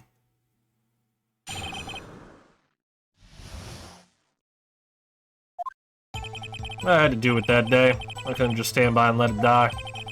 I saw the detective's ID and dressed like him. Had to take out the evidence. I wasn't expecting Officer Meekins. I knocked him out.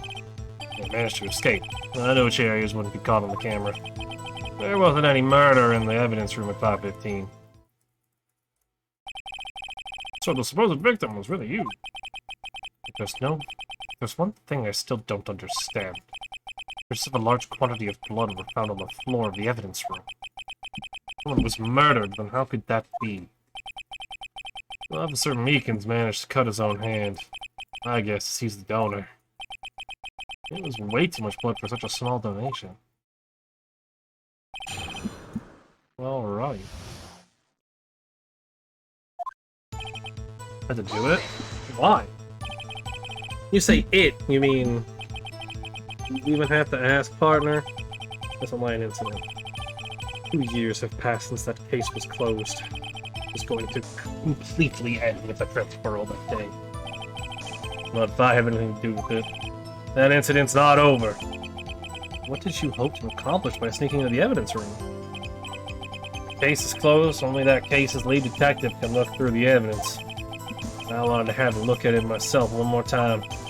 No matter what the cost. I don't care what anyone says, partner. That case is mine. But Officer Marshall wasn't in charge of the investigation. Why does he care so much about it? That day was my last chance. That's why I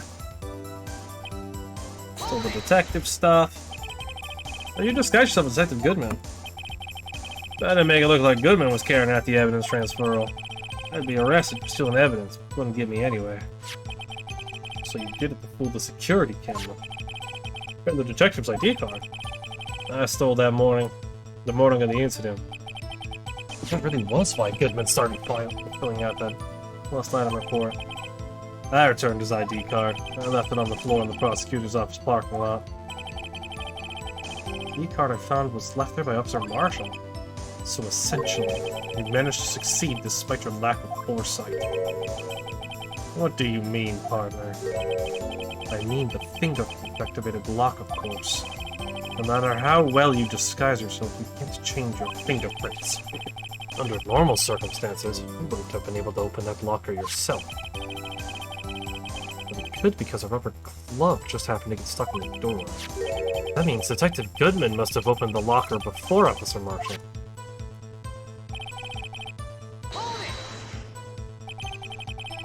Pulled a knife on Officer Meekins and tried to drive him off. Let's just say I was a little surprised. They planned on being in the evidence room for no more than 5 minutes. I didn't think anyone would actually come in during that short time. Officer Meekins certainly is a one-in-a-million type of person. Taking a detective for an intruder and demanding to be shown his ID. I'll have to think a little more about his raise this year. Whitworth gets so much influence. Anyway, he threw himself at me and I ended up cutting him slightly. I'm sorry it had to turn out that way. I mean, knocking him out and everything. By the way, what happened to your knife? Oh, you mean this one? I don't know what to say. You know, I thought Sir Meekin's out end. So you did your research beforehand. Those who got into the desert unprepared don't live long, partner. I didn't think it would make a difference, though. The tape is erased every day, every 6 hours. Well, had gone as planned, no footage would have been left. However, you bloodied your coat in the struggle with Officer Meekins. If someone was in the security room when I came out, the dig would have been up. Opened my locker and stashed it in there. What was Officer Meekins doing during that time? What else? He was sleeping like a baby. What you're saying is, on that day, wasn't any murder. The blood found at the scene certainly indicates a crime took place. What are you, blind? The victim shown on that tape is me, and I'm not dead yet, partner. So you stole the evidence from the locker. Actually, no, I didn't. Why not? When I opened the locker, the evidence was already gone. What? Mr. Edgeworth, where's that evidence? It's still missing, Your Honor. Mr. Goodman's locker is already empty. Someone else stole the evidence. Officer Marshall, may I ask you one thing? Fire away, partner. It's a free country. Just remember, I'm also free to decide whether or not to answer. Why did you do this? Taking a detective's ID, injuring a police officer? This is no small offense. Moreover, you're an officer yourself. Full of serious consequences. You can't just be forgiven with a simple cut in salary. I thought salary cuts are after a valid solution. Ugh. Oh my god. Like I said, this isn't your case. This one is mine. I'll do anything it takes to get an answer I'm satisfied with. The witness has an unusual amount of zeal. Let's hear more. Don't just forget the S9 incident, you know why? But that case was solved 2 years ago, wasn't it? And that's the reason the evidence was stored in the evidence room. Oh, not again. Oh, the loud one. Jeez. My god. Tues-Thurs was convicted for his crimes. One thing I can say for sure is he deserved his sentence. I remember the Joe Dart case. One of those serial murderers, didn't it? I don't intend to complain about how it turned out. But there's something that still bothers me. It's a moment down at that trial. Something no one will talk about. What happened? I don't know. That's what I'm trying to find out. Is he so concerned with that incident? Maybe I should present him with what I think his real reason is. I have a feeling I'll be lined up here sooner or later. I don't know if Voltaire's related in some way to that case. Check another look at the files.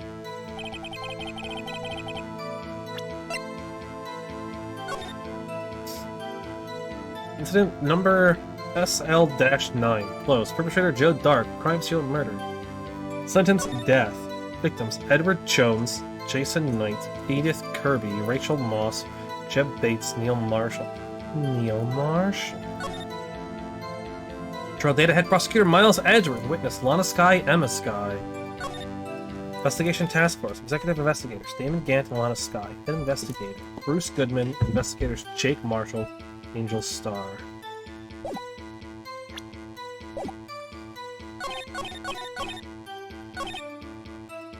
So perhaps present him. Yes, the case file. Officer Marshall, I think I understand. I think I know why you care so much about the SL9 incident. Sounds like you've been sipping too much cactus juice, partner. I have the SL9 incident file here. The name, Marshall, is mentioned in here. And a list of murder victims. Neil Marshall. Are you related to this man? Neil Marshall? Yeah, I'm sure you've heard the name. 2 years ago... Oh, look at that guy.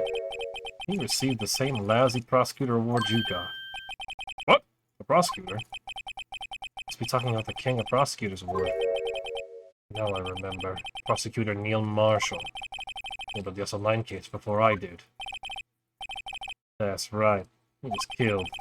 The case fell into your hands. But what's his relation to you? He was my brother. He was investigating the murders with Damon Gant, the then Deputy Chief of Police. What spends the guy in the back there? A group of detectives I was part of worked under them. They were desperate to prosecute the killer. Joe Dark. My brother fought Dark and was killed. That's the first time Dark left behind any evidence. That was all we needed. He was arraigned and incarcerated. The case was finally closed. At least, according to the public records. What do you mean? My brother couldn't have been killed by Joe Dark. I knew my brother better than anyone. No one could have beaten him in a fight. And that's it? That's your reason for your insane actions? There's more to my brother's death than what the records say. No matter how much you try to hide it, you can't fool me. Well, at least one thing's for certain. Now we know what happened in the police department on the day of the crime. That was the last day the SL9 case could be reopened. Not satisfied with its resolution, Officer Marshall planned to steal the evidence. Disguising himself as Detective Goodman, he entered the evidence room. Officer Meekins confronted him, so he rendered him unconscious and fled. Yes, this mystery has finally been cleared up. No murder took place at the police department that day. The things that happen by chance never cease to amaze. Exactly the same time as the murder at the prosecutor's office, there's fake murders going on at the police department. Chance? It's gotta be more than just that. So if no one was murdered at the police department on the day of the crime, that means the murder in the prosecutor's office parking lot was the real one. Which in turn means only one person could have committed the crime. Chief Prosecutor Lana Skye. But wait! The verdict wasn't reached in yesterday's trial. Which is why we examined the incident at the police department today. But there's only one reason the defendant was not convicted yesterday. There yet remained the mystery of the simultaneous murder at the police department. Seems to me, this boy's got the draw on you, partner. All of the mysteries of the police department have been resolved, no doubt about it. Our sole murder took place at the prosecutor's office. The only suspect is Lana Skye. The testimony of one Miss Angel Star is completely incontestable. You have a response. Make it a single word or less. Ah! I rest my It seems the trial has reached its conclusion. There's no room for doubt. Well done, Mr. Wright. Thanks to you, I didn't need to waste my time disproving the alleged murder of the police department. There's no doubt what I proved today is true. That murder on the security camera's tape really was fake. I didn't realize I would end up proving Lana guilty. Now then, the time for the verdict has arrived. The court finds the defendant. Hold it! Your Honor, wait. Emma? The defense has an objection. A scientific objection. Right? What do you mean, right? Mr. Wright? Are you this girl's guardian? Your Honor? Oh, in a sense. Please, Your Honor. All I'm asking is for a minute of your time. Please hear me out. Mr. Edgeworth, please. I don't want to leave any loose ends. You want a minute? I'll give you 3. How generous. What a good guy Edgeworth is. I was kind of in shock. I mean, depending on the S9 incident referred to the Joe Dark killings. Now she mentions it. Those of both Sky Sisters were in the file. But that's when I figured it out. I mean, what Officer Marshall was trying to do on that day. So I knew his fingerprint had nothing to do with the crime. So that's only one thing. The other handprint. You mean the traces of blood found on Detective Gumshoe's locker? But no fingerprints were found on it, right? No, but I figured if I examined it scientifically, I'd be sure to find a clue. So I ran over there and looked at it again. So did you find something? No. Huh. Sorry, I guess I'm not much of a scientific investigator after all. Is that all? Please don't be mad. I'm just a high school student. And I'm just an attorney. But Mr. Wright, the traces of blood are the only clue we have. We can't find something wrong with them. Please, Mr. Wright, you're a professional. Anyone can save Lana, it's you. Me? Oh boy. Time's up. Now then, Mr. Wright. With regard to the incident at the police department, will any reasonable doubt remain? It appears the defense is troubled by the other blood mark. Looking at the floor plans, a handprint was discovered around here. Is there a problem with this? Mr. Wright, I'm sorry I can't be more use. But still, I can't find anything wrong with that blood mark. Lana will be... Please answer my question, Mr. Wright. We don't have all day. Yes, Your Honor. Never needed concentrates now. What could be wrong with that handprint on the Detective Gumshoe's locker? Could there be something I'm missing? I mean, there's gotta be something. I don't know what. There's gotta be something. This handprint left at the crime scene clearly shows a contradiction. The only thing that seems clear is your grasping, Mr. Wright. You've been staring pretty intently at those floor plans. Tell me, is there a problem with them? Yes, this is strange. Take a good look at these floor plans. Something is missing. Missing? Something hasn't been drawn on there? Yes. Something that, when drawn, would completely change the meaning of the blood mark. Notice by the defense isn't simply trying to buy time. Mr. Wright. Well, there's evidence here. There's gotta be something I can use. The question is, which item can prove something is missing from the floor plan?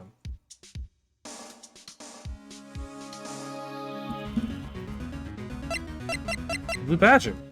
Because he was in there at the time of the murder. There's also a hamper on the Blue Badger. What about that piece of plywood? The Blue Badger? Mascot of the police force. Defender of truth. Guardian of Peru. Explain yourself, Mr. Wright. Just look at the floor plans of the crime scene. Blue Badger is not here. So what happens when we put him in? This was where he was dancing at the time of the crime. Well? Well, what? Duh. That's right. So long as the Blue Badger is dancing here, it'd be impossible to place a handprint on the spot in the locker. Ugh. That's what I thought. So that means, exactly what does that mean? It means it can't be done. What are you saying? The traces are undeniably found on the locker. Look at me, I didn't put it there. That's right, think it through scientifically. Emma? Well, that afternoon, Officer Meekins was the one who brought the Blue Badger to the evidence room, right? After he put it down, it would be impossible to leave a handprint on that locker. So that must mean this blood mark was up there before the Blue Badger was brought in. Just one moment. I will not allow such far-fetched balder dash in my courtroom. It may sound far-fetched, Your Honor. It's the only possible explanation. February 21st, in the police department's evidence room.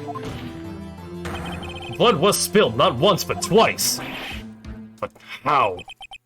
One time was captured on this tape, taken by the security camera. Officer Meekins cut his hand, from which a trivial amount of blood fell. The problem is, the other time?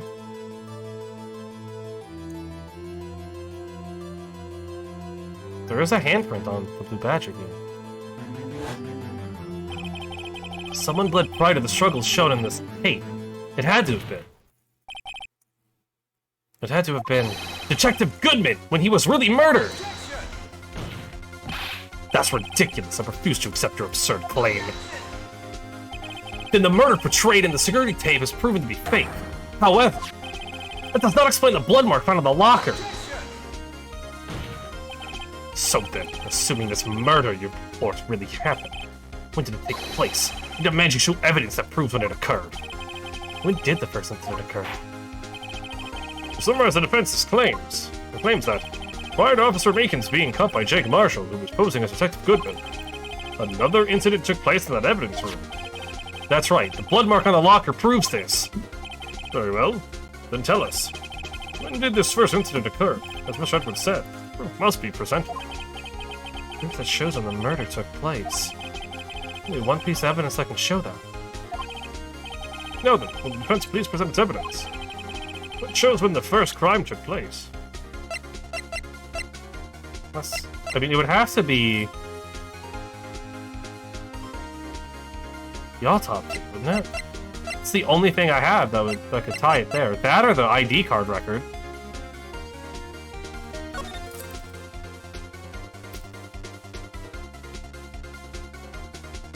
When? When? It...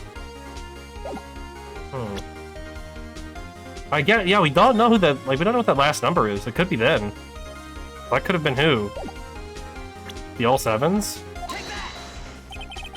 The crime took place inside the evidence room, and the killer would have had to have entered. In order to do so, an ID card would have been required. An ID card? Oh! The ID card record! Officer Meekins brought the Blue Badger panel in the evidence room out. Let's see here. 4:50 p.m. If the crime took place before that time, then it would be 4:40 p.m. Ah! Ah! Miles Edgeworth! Just what have you done? I never would have figured you had the nerve, boy. Drop the act of witness. Doesn't take a lot of thought to figure out it couldn't have been me. Nope, I ain't getting it. I'm afraid I don't understand either. It's clear from the luminal test that blood was there. However, when the second crime took place, both Officer Meekins and Officer Marshall failed to notice blood. That means blood from the first crime was wiped away by the real murderer. I would have had just 10 minutes to murder the victim, carry his body away, and clean up the blood. Unfortunately, that's physically impossible. That would mean the crime must have taken place before Mr. Edgeworth entered the evidence room. Let's look at the chart again. Only one other card number remaining. 777777. Talk about a lucky number. Wait! That doesn't make sense. How could Detective Goodman have entered the evidence room? Since there's no record of his card being used beforehand, he must have entered along with the real murderer. That's the only plausible explanation. He went in with 777777. Mr. Edgeworth, please look into this as soon as possible. Find out whose ID number is 77777777. That's 1 7 too many, Your Honor. Unfortunately, I'm unable to look up the owner of that ID card, at least at present. What? Explain yourself, son. The ID number 777777 belongs to someone with the rank of captain or higher. Someone who is so-called executive officer. They don't have the authority to inquire into such a person's identity. But that's ridiculous! Just how? I'm not finished talking, Mr. Wright. There's one situation in which we can be granted such authority. When an official charge is filed against an executive is accepted. An official charge? You're all alike, aren't you? With your cover-ups and your forgeries. That's how the prosecutor's office operates. I take pride in my work, Officer Marshall. I would appreciate it if you would keep your slander to yourself. Slander, is it? Okay. Let me ask a question. Yes? No, not to you. To her, the defendant sitting over there. Their own little executive. Oh. Don't be stupid. She's been charged with murder. Of course we've looked up her ID number. It's not 7777777. Don't play me for a fool, partner. That's not what I want to ask. All I want to know is one thing about that incident. It's a mine incident? Answer me this, Chief Prosecutor. In that trial 2 years ago, did you really only use legitimate evidence? Well, we already know the answer is no.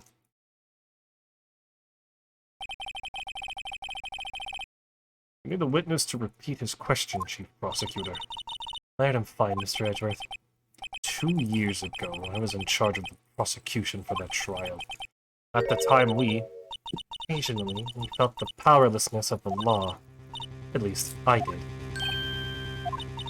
Lana, I became a prosecutor in order to suppress crime with the law. Before I realized it, we were the ones being suppressed by the law. Defendant, just what are you saying? I'll ask you again, Chief Prosecutor. During that trial 2 years ago, you really present all the evidence in court. And you look me, an investigator in that crime, in the eye and say that you did. Chief Prosecutor, you didn't. I don't have to, Officer Marshall. Why won't you answer him? Drastic crimes require drastic measures. That's just the way it is. We did what we had to do in order for him to get the verdict he deserved. But Lana, even if it involved forging evidence.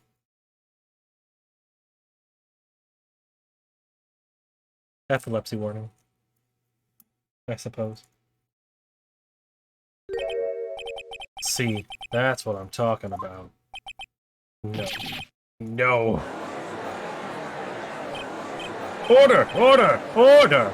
Order! What Mars spread such a stir. The chaos on the courtroom could not be quelled.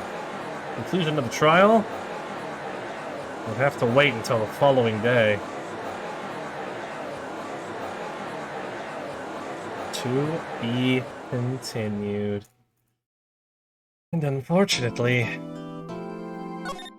that'll be for tomorrow. We'll get to the bottom of this case. We'll figure out what happened at SL9, probably. We'll figure out what's going on in this case. And hopefully my throat will not be as dead as it is today. Because, my God, does it hurt. All of this voicing is so hard.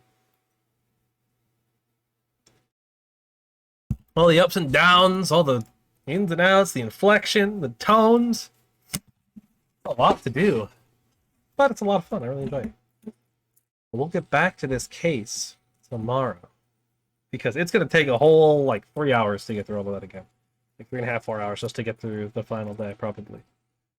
So, we do have that. We've got that left. And then we'll officially be done with Ace Attorney 1. So, technically, we already done with Ace Attorney 1, because this was added afterwards, but that's not really... It's still technically part of Ace Attorney 1. At least as far as the trilogy is concerned. So, those that don't know, there's VODs. They exist. In case you missed anything prior, go ahead and watch them over on the VODs channel. There's links and stuff, and a command, ! VODs. That's a thing. You can do that anytime. It'll pull it up. All of them go there. It'll be up tomorrow at noon, EST. I mean, that's just the way that's just the time that I chose. It's not a particular reason for it. All the previous ones are up there. It's a bunch of other games that I've played through on stream. A lot of fun ones, like Persona 5 Royal, Bloodborne, other things, D&D. Go up every Tuesday, but this one will be up there tomorrow. And I've had a lot of fun with this Ace stuff. It's been very fun. Bit of a destroyer of my throat, but that's okay. Not everything needs to be, safe for the throat. Really, it's just that I'm not drinking a lot of water, and I should be, but, whatever. Yeah. All of that stuff's there. I'll be up there when the time comes. I'll definitely be finishing it up tomorrow. I don't know how long the stuff will be today, but tomorrow for sure is the real finale. Not the fake finale, like the last two ones have been. I don't know how long the day would be, or the case would be. It's a very long case. And then we can get into Ace Attorney 2 on Thursday. Be a great time. Go up against the new main prosecutor. Not to spoil too much, but they're pretty great. They're pretty cool. It'll be interesting. I also have not played Ace Attorney 2 or 3, so it'll be a completely brand new experience for me. I played the first one. It'll be fun. It'll be a lot of fun. It'll be a lot of mistakes, for sure, because I have no idea what to expect. I just know a little bit about them, being who the prosecutors are, and that's it. So until then.